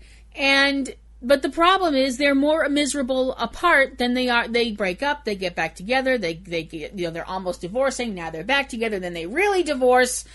And the fact that Hank, is a popular star, and because he is popular with the women, because he is an attractive man that can sing really well, he has these women throwing themselves at him, and him being a man does not throw them back. He has numerous affairs. He winds up finally breaking off with Audrey for good, but not before Audrey has a son with him, Hank, who will grow up to become country music star Hank Williams Jr. The other big problem is the fact that Hank is... Well, he is a raging alcoholic. We see him going through a drying out process, which looks incredibly painful at least once in the film. He is using and abusing drugs, pills for the most part. And you kind of sit there and, everybody knows Hank Williams did not lead a long life. He died when he was 29 years old. And that's what this film is about. It's about a star that burned too brightly and burned too fast and burnt itself out. Who's in the cast? The cast includes Tom Hiddleston as Hank Williams, Elizabeth Olsen as Audrey Shepard Williams, his first wife, Cherry Jones as Lily Skipper Williams, Hank's mother, Bradley Whitford as Fred Rose, who was the co-owner of Acuff Rose Publishing, which is a song publishing organization. It's the biggest country music publishing company, yeah. Okay. Mm-hmm. Thanks for that, because I didn't know that. I know. We'll discuss that in a minute. Maddie Hassan as Billie Jean, who would become Hank's second wife. Ren Schmidt as Bobby Jett, who was a woman that he was in another relationship with that birthed him another child. David Krumholtz as James Dolan, a journalist from New York. Josh Paris as Dor Sherry, who was a movie director and former head of MGM Studios. James Dumont as W.B. Nolan, a music promoter. Casey Bond as Jerry Rivers. And Michael Rinne as Lum York. Joshua Brady as Sammy Pruitt. Wes Langlois as Don Helms. These were all members of the Drifting Cowboys, Hank's band. Vaughn Lewis as Ray Price, who was a country singer that was also a roommate of Hank's. Fred Parker Jr. as Farron Young, and Rob Bolton as Frank Welker, who was the president of MGM Records, which was Hank's record label. Frank Walker. Welker's a voiceover artist. What did I say? Frank Welker. I'm sorry. He's a voiceover artist. Frank Walker. I'm sorry. I knew I was going to do that, too. And it's Josh Pace, not Josh Paris. But other than that, yeah. Oh, Pies. I'm sorry. Sorry. I was reading too fast. I admit, I did not have any interest in this film because I grew up... My grandfather was a Hank Williams fanatic, and by the time I was 9, I was sick to death of these songs. So I had no interest in this. At the risk of insulting you, I would say no interest is being kind. You actively avoided this film would be a little bit more accurate. I did. But, what did you think? But we all have our hang-ups, and that's cool. Well, you actively avoided the one I'm going to talk about later, right, so okay, anyway. Okay, I have to be perfectly honest. I grew up not having much exposure to country music. Other than my cousin who played some John Denver, I actually had none. That's about it. John Denver was a 70s country star, which means he wasn't really country. He was country rock, and they just liked him. Well, so, and I grew up listening to rock and metal and stuff like that, and country music to me just seemed like a bunch of twangy shit. Watch your mouth. Sorry. But as I got older, I actually went back and listened to a lot of it, and I was like, this stuff really isn't that bad, and I really did develop a fondness for it, for more current stuff. I've never really listened to the really old stuff until I saw this film, and I was like, okay, this is different. But I was listening to it, and I got to be honest, I was kind of like tapping my toes, and I was like, this is actually pretty okay. And see, for me, you can only hear your 19-year-old drunk cousin saying "Hey, good looking" or "Lovesick Blues" just so many times before you can absolutely go out of your tree. Well, I'm sure. So it's no offense to any fans of Hank Williams, and he was a great songwriter. Yeah. And I happen to be quite fond of "I Saw the Light" and "Your Cheating Heart." So, in all fairness, yeah. Yeah. The thing is, it's very obvious from the point of view of director Mark Abraham. This is based on a biography, Hank Williams, the biography. It's very obvious that they're taking the standpoint in this film of showing Hank as being flawed, but not irredeemably so. And they're not really focusing on the fact that, he was away from his family a lot, and he, drank a lot and abused drugs and stuff like that. They're mostly... He was a hard liver. Yeah, he lived, and he abused his body, and that's probably what killed him at such a young age. Like so many other people, like Jimi Hendrix, like Janis Joplin, Amy Winehouse, all these, people part of the 27 Club. He beat them by 2 years, but that's that's not saying much in the long run. But definitely the person is painted in the most unfavorable light in the film is Audrey Shepard Williams, his first wife, played by Elizabeth Olsen. If this woman was half of the shrew that she's made out to be in this movie, oh my gosh, she was just an awful person from this. She was just all focused on what's in it for me. How can I, push my agenda forward? She just sounded like she was terrible. I want to say something that I didn't realize until I saw this film. Tom Hiddleston has a beautiful voice. I never realized he could sing. He does all his own singing in this film.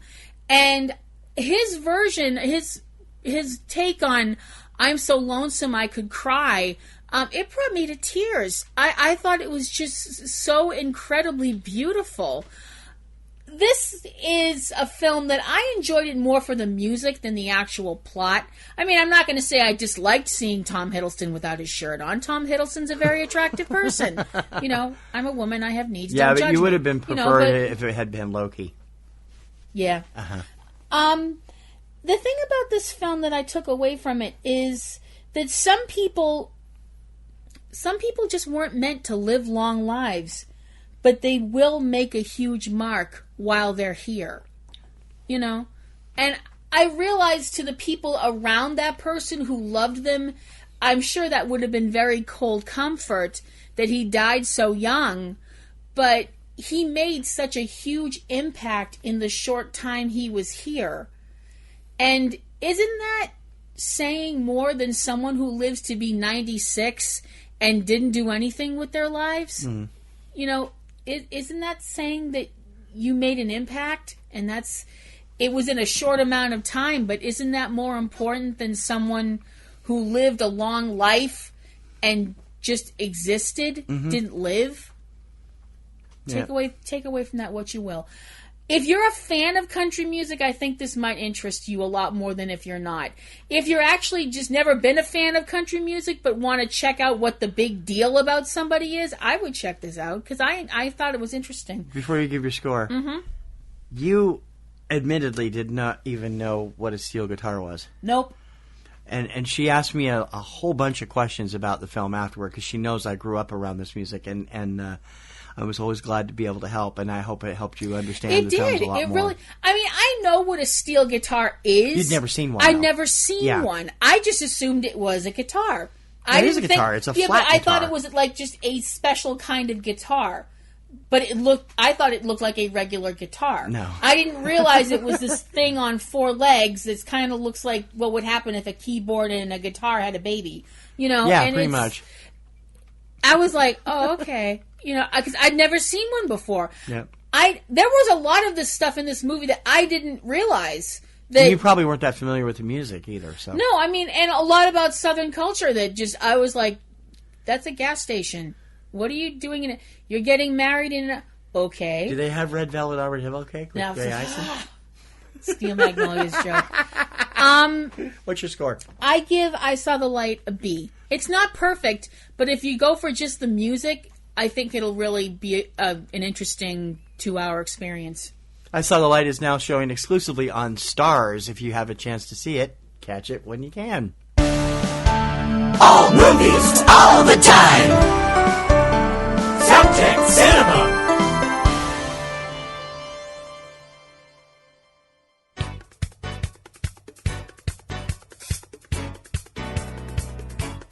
Plug Central.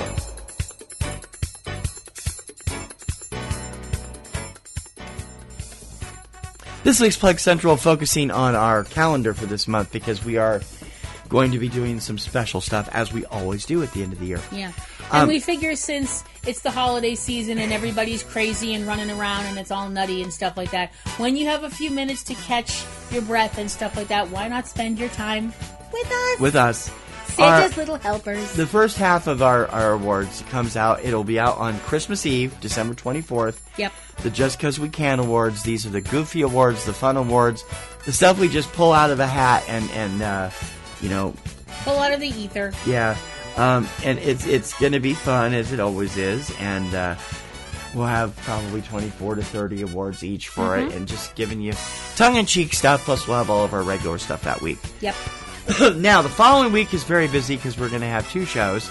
Our final deadline for seeing films in a last-minute pinch is December 26th. I still think this is going to leave us in the cold for a number of films that I would like to consider for Poppies and Rosies this year, including Adam Driver's new film, Patterson, and the raved about at Cannes and every critics organization comedy from Germany called Tony Erdmann, and also Martin Scorsese's new film Silence. So we probably won't get to see those or any other films that are coming out right at the very end of the year, but we will see whatever we can by the 26th. That's our cutoff date.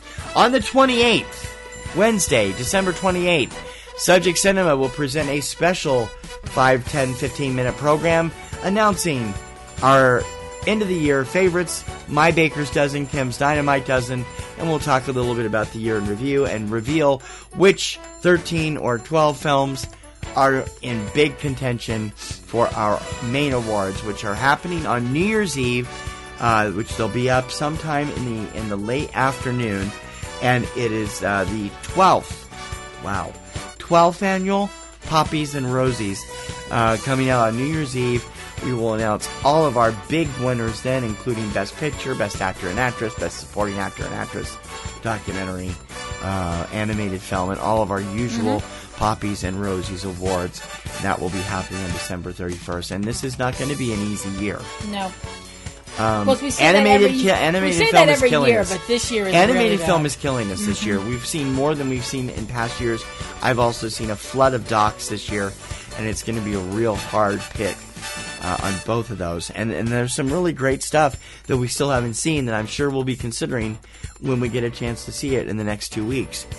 So hopefully it'll be a fun year. So, Just 'Cause We Can awards, Subject Cinema on Saturday, December 24th. We're not going to subject you to us on Christmas, actually. No.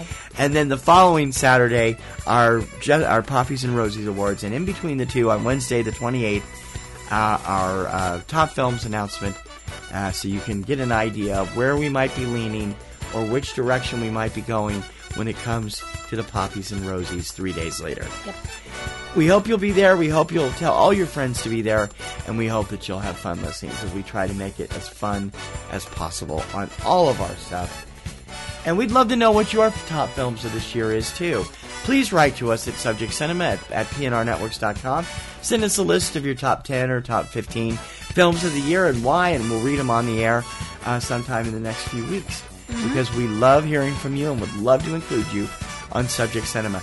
Don't forget to listen to all of our other programs as well, including this week's Front Row 5 and 10. On Wednesday will be Star Wars Countdowns, Best and Worst, 5 and 5. Kim's last show of Planet Rose's Garden for the Hiatus is up, and it's based on the episode Lotus. Yes. Which she'll be back in January with new episodes there. Yes, I will be back. We've reached the mid-season finale of season 12 of Supernatural, and it was the episode Lotus. And I hope you guys will come and check it out. All caps, so you can figure out what that means. You can figure out what it means.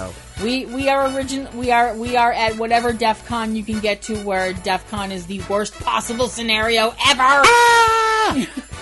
And don't forget to check out Cavebabble with Eric and Valerie Lyon, and also our mini shows throughout the week. Tuesday, Digidex, and 3 Minute Weekend with all the new releases on DVD on Tuesday and in film theaters on Friday. And don't forget, please remember, Subject Cinema and PNRNetworks cannot exist without your support. Please take the time to donate to our Patreon campaign at patreon.com/popcorn PNRNetworks. Was that PBS enough? I was going to say, why are we whispering? It's PBS. It's fun-sucking time over there. Oh. I know. I did. They sucked some funds out of me for the Carpenter special. So yep.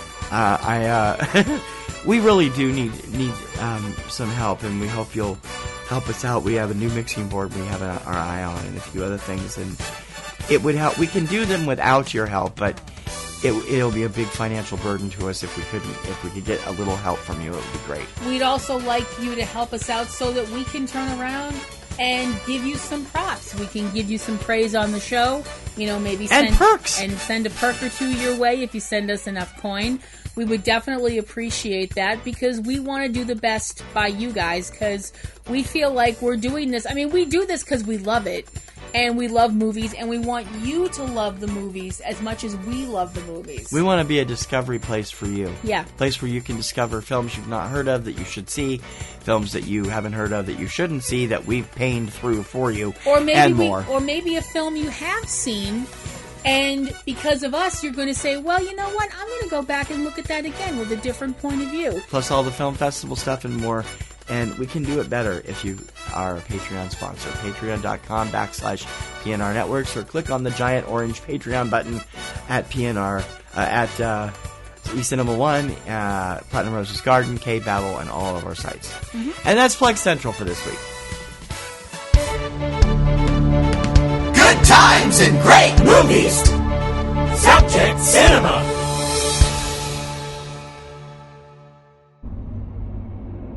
The stage is set. The curtain rises. We are ready to begin.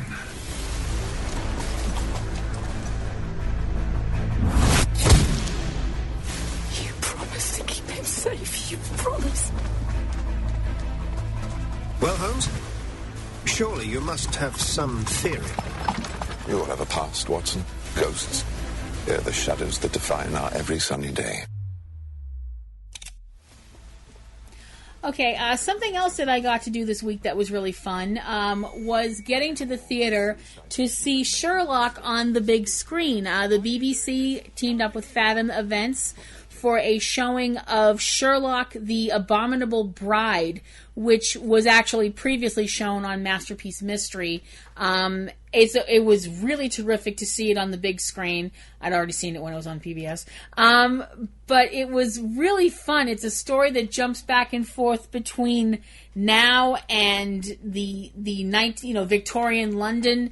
It was really great, starring everybody that we're used to seeing from the series Sherlock: Benedict Cumberbatch, Martin Freeman, Andrew Scott. It was really fun. I enjoyed it a lot. And the thing that was really cool was at the end of the showing, we got a special visit from Mark Gatiss, who is one of the writers on the show, along with Stephen Moffat. Mark also plays Sherlock's brother, Mycroft Holmes, on Sherlock. And he was talking about Sherlock's 4th season, which will be coming up soon. It premieres January 1st on worldwide, on BBC and BBC America. Yeah. And he gave us absolutely nothing in the way of information. No, he did. No, that's not fair. He gave us little bits and bobs of information.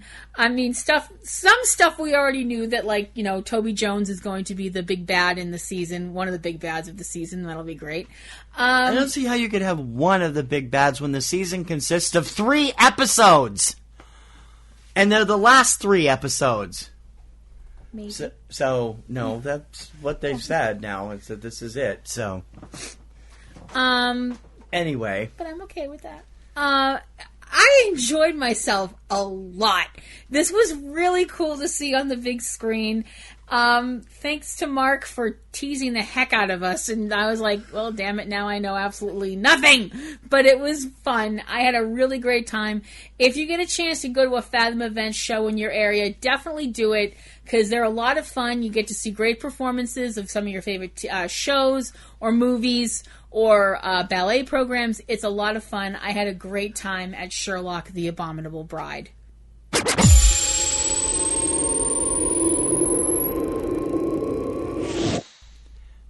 We'll have a full take a bow for December later on in the month, but we would be remiss if we didn't mention the passing of a true American hero. Mm-hmm. I believe when he left the service, he was still Colonel John Glenn. Am I not mistaken? I'm not sure. He also served as a senator. He was a senator. He was elected to the Senate in 1974. Presidential candidate at least twice. Yep. And he was John Herschel Glenn was one of the Mercury 7, who were a group of military test pilots that were selected by NASA to become the first men from America to reach for the stars. And Glenn was the first man in orbit, also. On February 2nd, 1962, he flew I'm taking this right from Wikipedia, flew the Friendship 7 mission, and he, like you said, he was the first American to orbit the Earth. And he was the 5th person to be in space. He was a member of the Marine Corps. He was as we mentioned, he was a senator. He became a senator in 1974 and served up through the beginning of January 1999. So that's pretty impressive. And in 1998, which is when he was still an active senator, he was the oldest person to fly in space, and the only person to fly both the Mercury program and the Space Shuttle program, because he was a member of the Space Shuttle crew on the Discovery. Yeah, that was. I remember when that happened. Everybody was covering it. He was portrayed in the movies a number of times. Best known, probably, or best remembered, played by Ed Harris, I believe it was, in The Right Stuff. Yes. Glenn was truly an American patriot who believed in America as a country. I grew up with him as a senator in Ohio, which is where he was a senator from. And he was a larger-than-life figure with a lot of friends in Washington. He was 95 years old, yes. and it just boggles the mind to think of all that this one astronaut accomplished over the years, more so than almost everybody else, because he did 2 different programs. He was one of NASA's biggest champions. He did a whole bunch of stuff and even for before he joined NASA, he did some pretty amazing things. He was a fighter pilot. He fought in World War II and Korea. He was awarded 6 Distinguished Flying Crosses and 18 clusters to the Air Medal, which is a big deal, obviously. He was granted the Presidential Medal of Freedom in 2012. He was the kind of person you wish your son would grow up to be. I mean, I know that they don't make him like John Glenn anymore. No, they don't. He is what, and I realize this might be frowned on by some people. I don't care. He is what you would call a real man, a man's man. John Glenn died on December 8th of this year. As TC mentioned, he was 95 years old. I think he is a person that will be remembered for bravery and dedication to his fellow man, and for making people look to the stars and think, maybe someday that'll be me. And I don't think he will ever be forgotten. No. So kudos to Senator Glenn, and thank you for your service over the years. You are a true American hero. You will be missed very much. Welcome to the soundtrack of your life. You're listening to Subject Cinema with Thsi Kirkham and Kim Brown.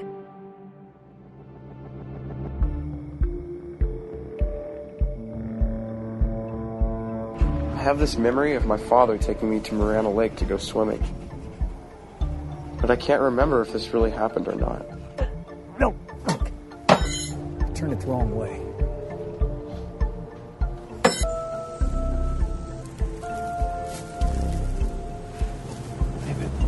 Shoot the deer. What are you doing here, Mr. Wyckoff? Somebody once said brevity is the soul of wit, and sometimes brevity can also be the soul of great pretension.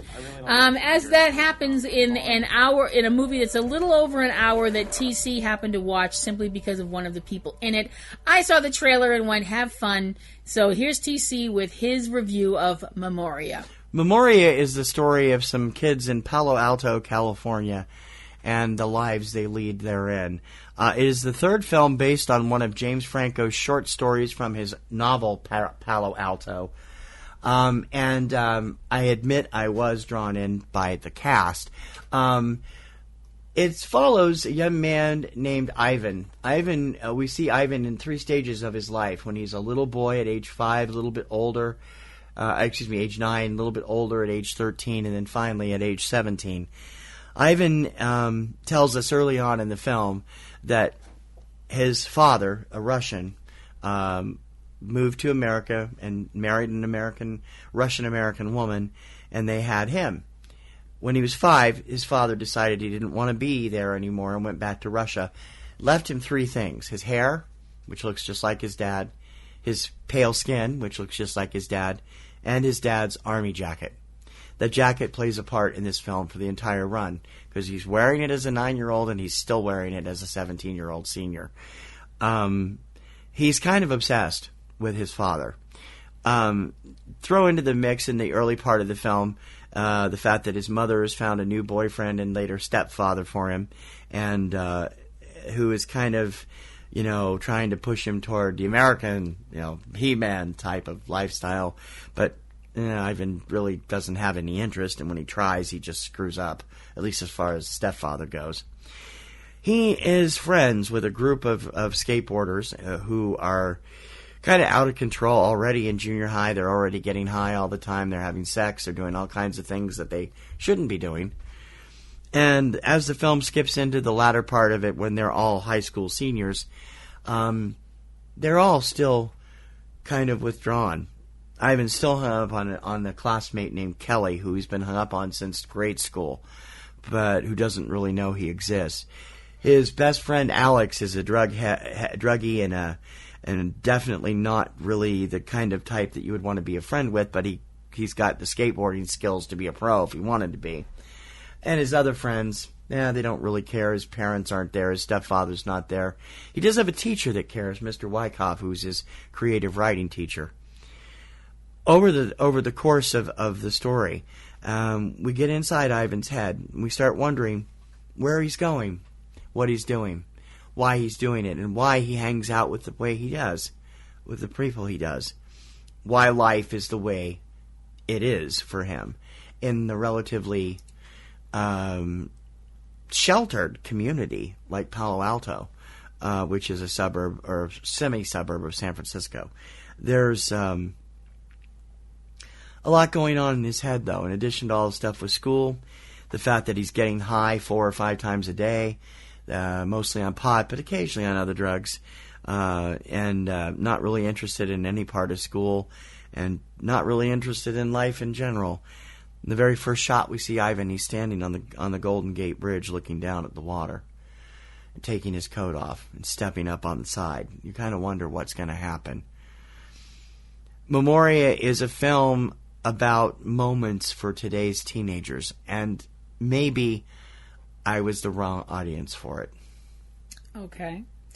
Cast as Sam Dillon as Ivan, Thomas Mann as Alex, James Franco as Mr. Wyckoff, Teo Haim as the 13-year-old Alex, Nina, his best friend, played by Luna Blaze, age 13, and later on by the 17, Ruby Modine at age 17. And also a few other people that I've known over the years, including a couple more bubbling under rising star potential people, like Miles Heiser and a few others. The sad thing about it is, number one, it's short.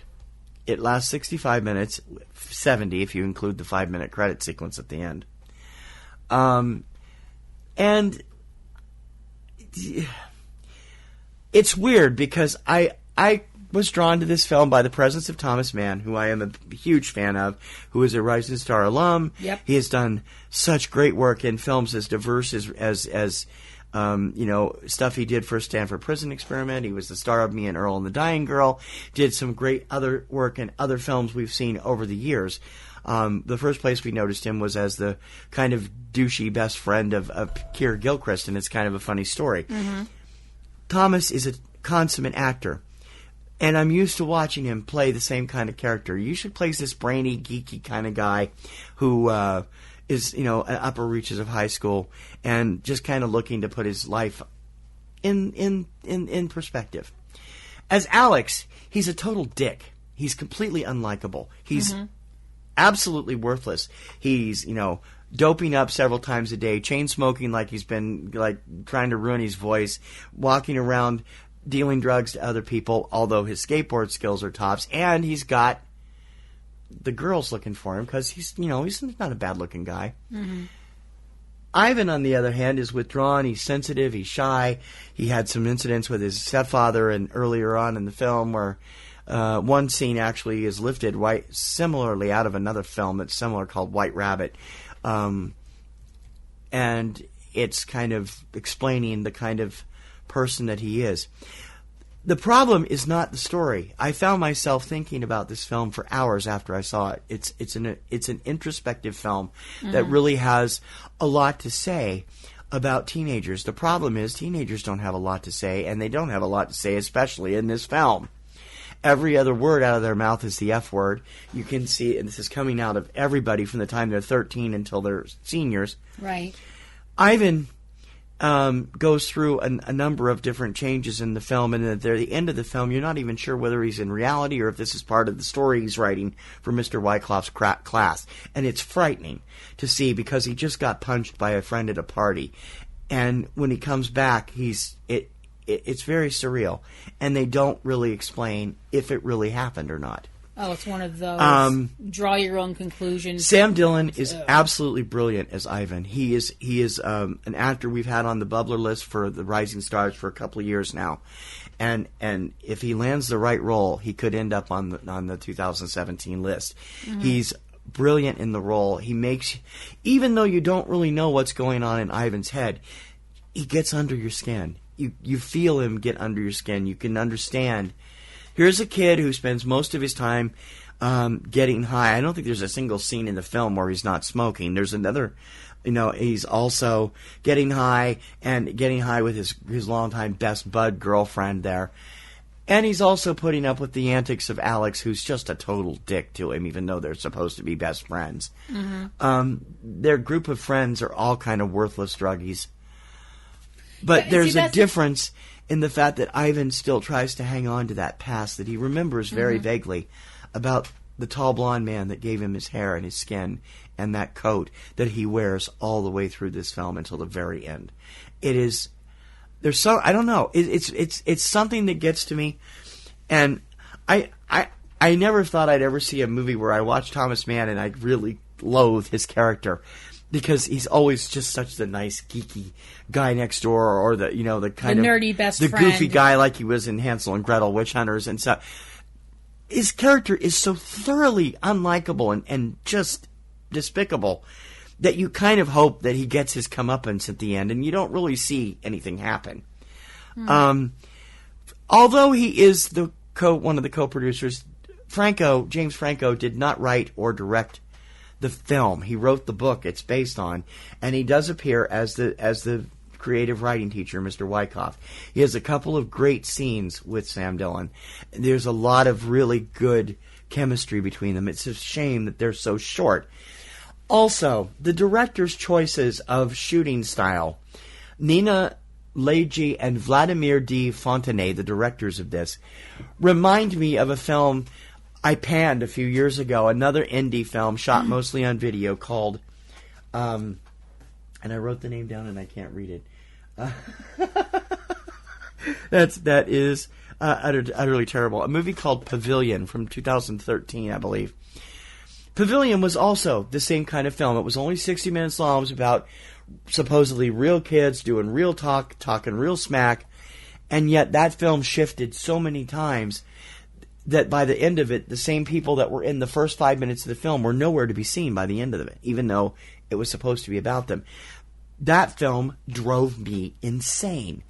This film drives me insane in the same way, because even when you have the entire same cast in the film, you know, Ivan's there, Alex is there, all their friends are there all the way through the film, you still don't know what's going on. And it's because of, number one, the way that the film is kind of...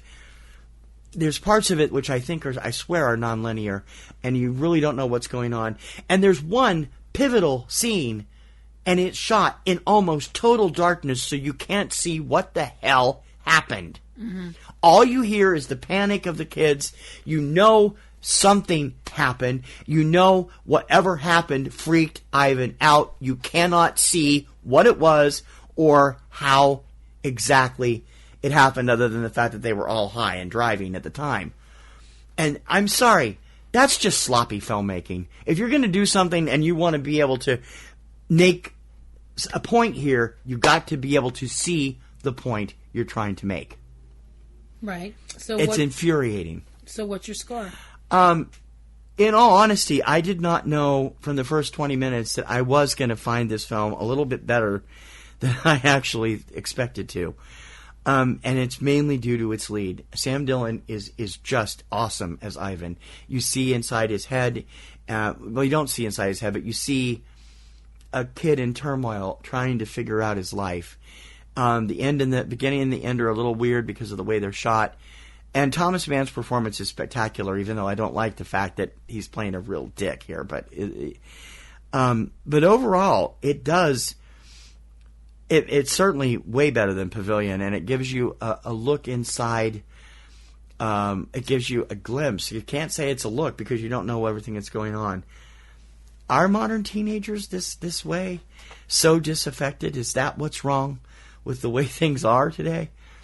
I would, if these were kids I knew, I wouldn't know what to say to them. I wouldn't know how to reach out to them. I wouldn't know how to make them happy or alive. I wouldn't know. The performance of Sam Dillon is awesome, and I think that it's gonna be a little too pretentious for a lot of people, because it is. There's a lot of avant-garde stuff going on. Yeah, see, that's the thing. I saw the trailer and I was like, goodbye, have fun. A lot of avant-garde stuff in the trailer, a lot of avant-garde stuff in the film, a lot of weird shots and the whole darkness thing, and I'm sure they're trying to make a point of some sort. Maybe that what is going on in Ivan's head is so dark that even he doesn't know what's going on. I don't know. But it infuriated me. But I did find myself thinking quite a bit about it after it was over. And I would watch it again. Surprisingly, I can't believe I'm saying that. I would watch it again. Mainly because I'd like to know a little bit more about Ivan and his motivations and how it works. Mm-hmm. Might make me go read the book. Memoria is out everywhere. It has been out everywhere. It is now available on Netflix. And if you are a fan of Over the Edge, you might like this film. If you are a fan of Pavilion, I don't know why, but you would also like this film. And thanks to the performances, I'm able to give Memoria a B.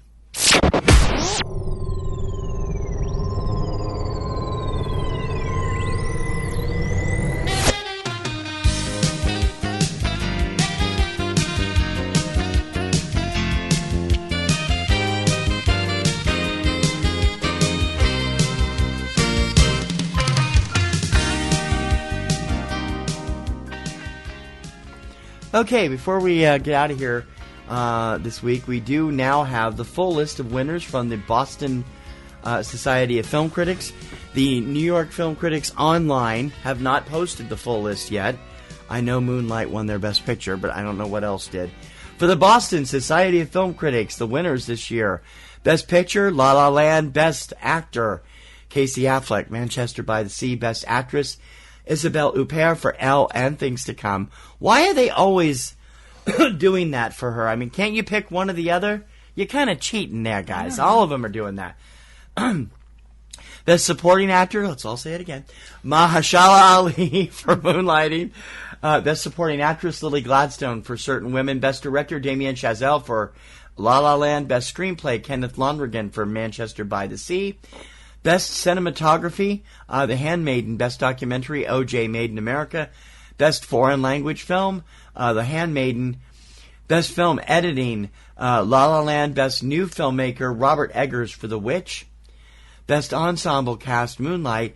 Best Original Score, Michael Levy for Jackie. And once again, I'm always saying the Boston Society of Film Critics, of which we're not members, are always march a little bit to the beat of their own drummer. Mm-hmm. And they did it again this year. Best Animated Film, the documentary Tower. Wow. We will have the New York Film Critics Online next week, since I cannot find a list of it, and I do not have time to go through all of their tweets and stuff to find it, because I'm afraid I will give you the wrong thing. So we will have it posted on eCinemaOne sometime in the next 24 hours, and we'll run them all down here next week.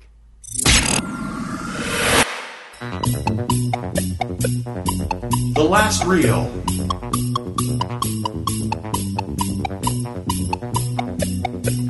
Got this interesting little tidbit. Matthew McConaughey's out doing his little good works for the day. Mm-hmm. This was a little bit earlier, late last month, early this month. Matthew McConaughey, who is a graduate of the University of Texas, surprised some folks that go to that school earlier in the month. The school has a program for students who are out kind of late in the evening, so they're not walking around campus by themselves. And the program is done in a way that they have the students, I don't know if they call it an app or something like that, or I'm not sure. Mm-hmm. They have golf carts that drive around the university and pick people up and take them to their dorms and stuff like that.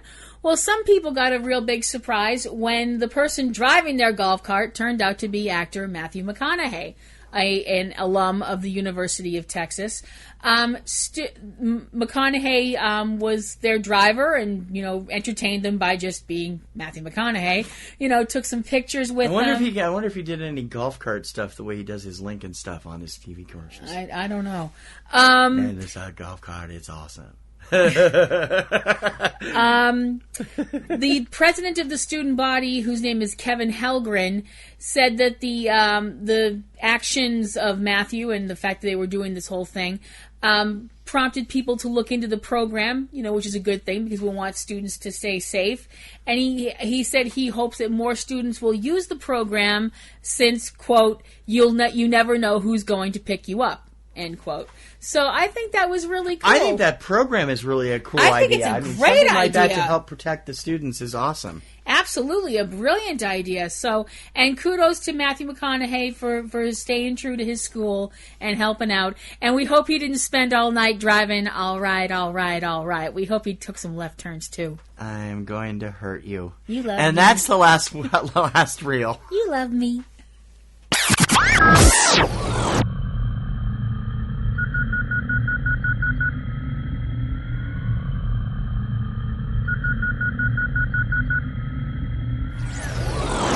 I think it's time to get out of here. I definitely agree. We both agree. had a bee experience this week at the movies. Yeah, we did. One thing I didn't bring up when I was reviewing Memoria is I think the directors were trying too hard to make it a lot like Kids, the Larry Clark classic. Mm-hmm. And it just didn't work that way, but it did work on certain levels, and I thought it was good. And obviously you liked the music. Yeah.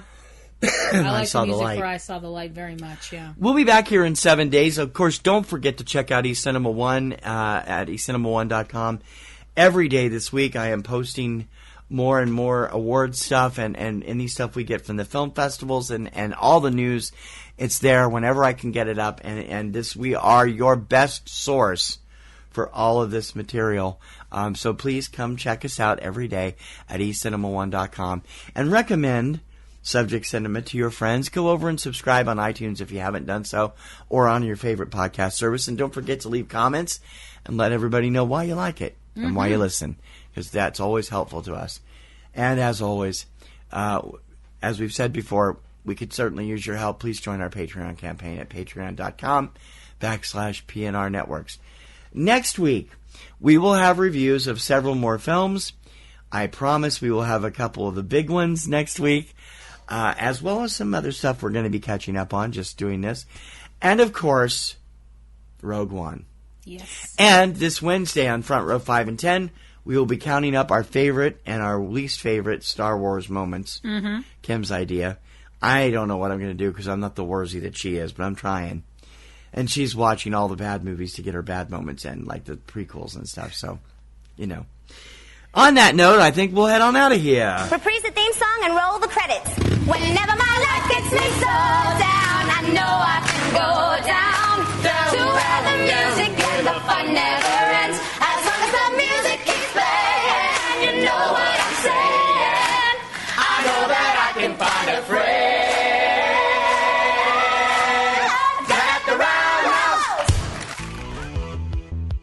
Did I forget anything? No, I think that's For Subject Cinema, I'm T.C. Kirkham. I'm Kim Brown. May your popcorn always be buttered. And may your roses always be in bloom. For the award season, please get over soon. Bye now.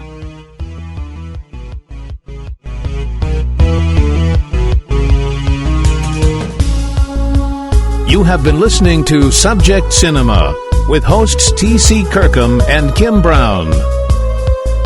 Subject Cinema is produced by PNRNetworks, Boston, Massachusetts, which is solely responsible for its content. Subject Cinema theme performed by Eric Lyon. Subject Cinema is recorded and produced using Sony Vegas products. Subject Cinema is copyright 2016 by PNRNetworks under a Creative Commons license.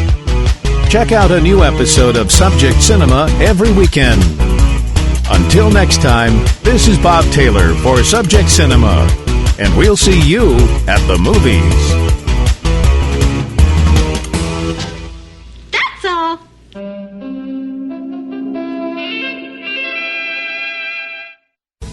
Podcasting's choice. From coast to coast, continent to continent, right here 24/7.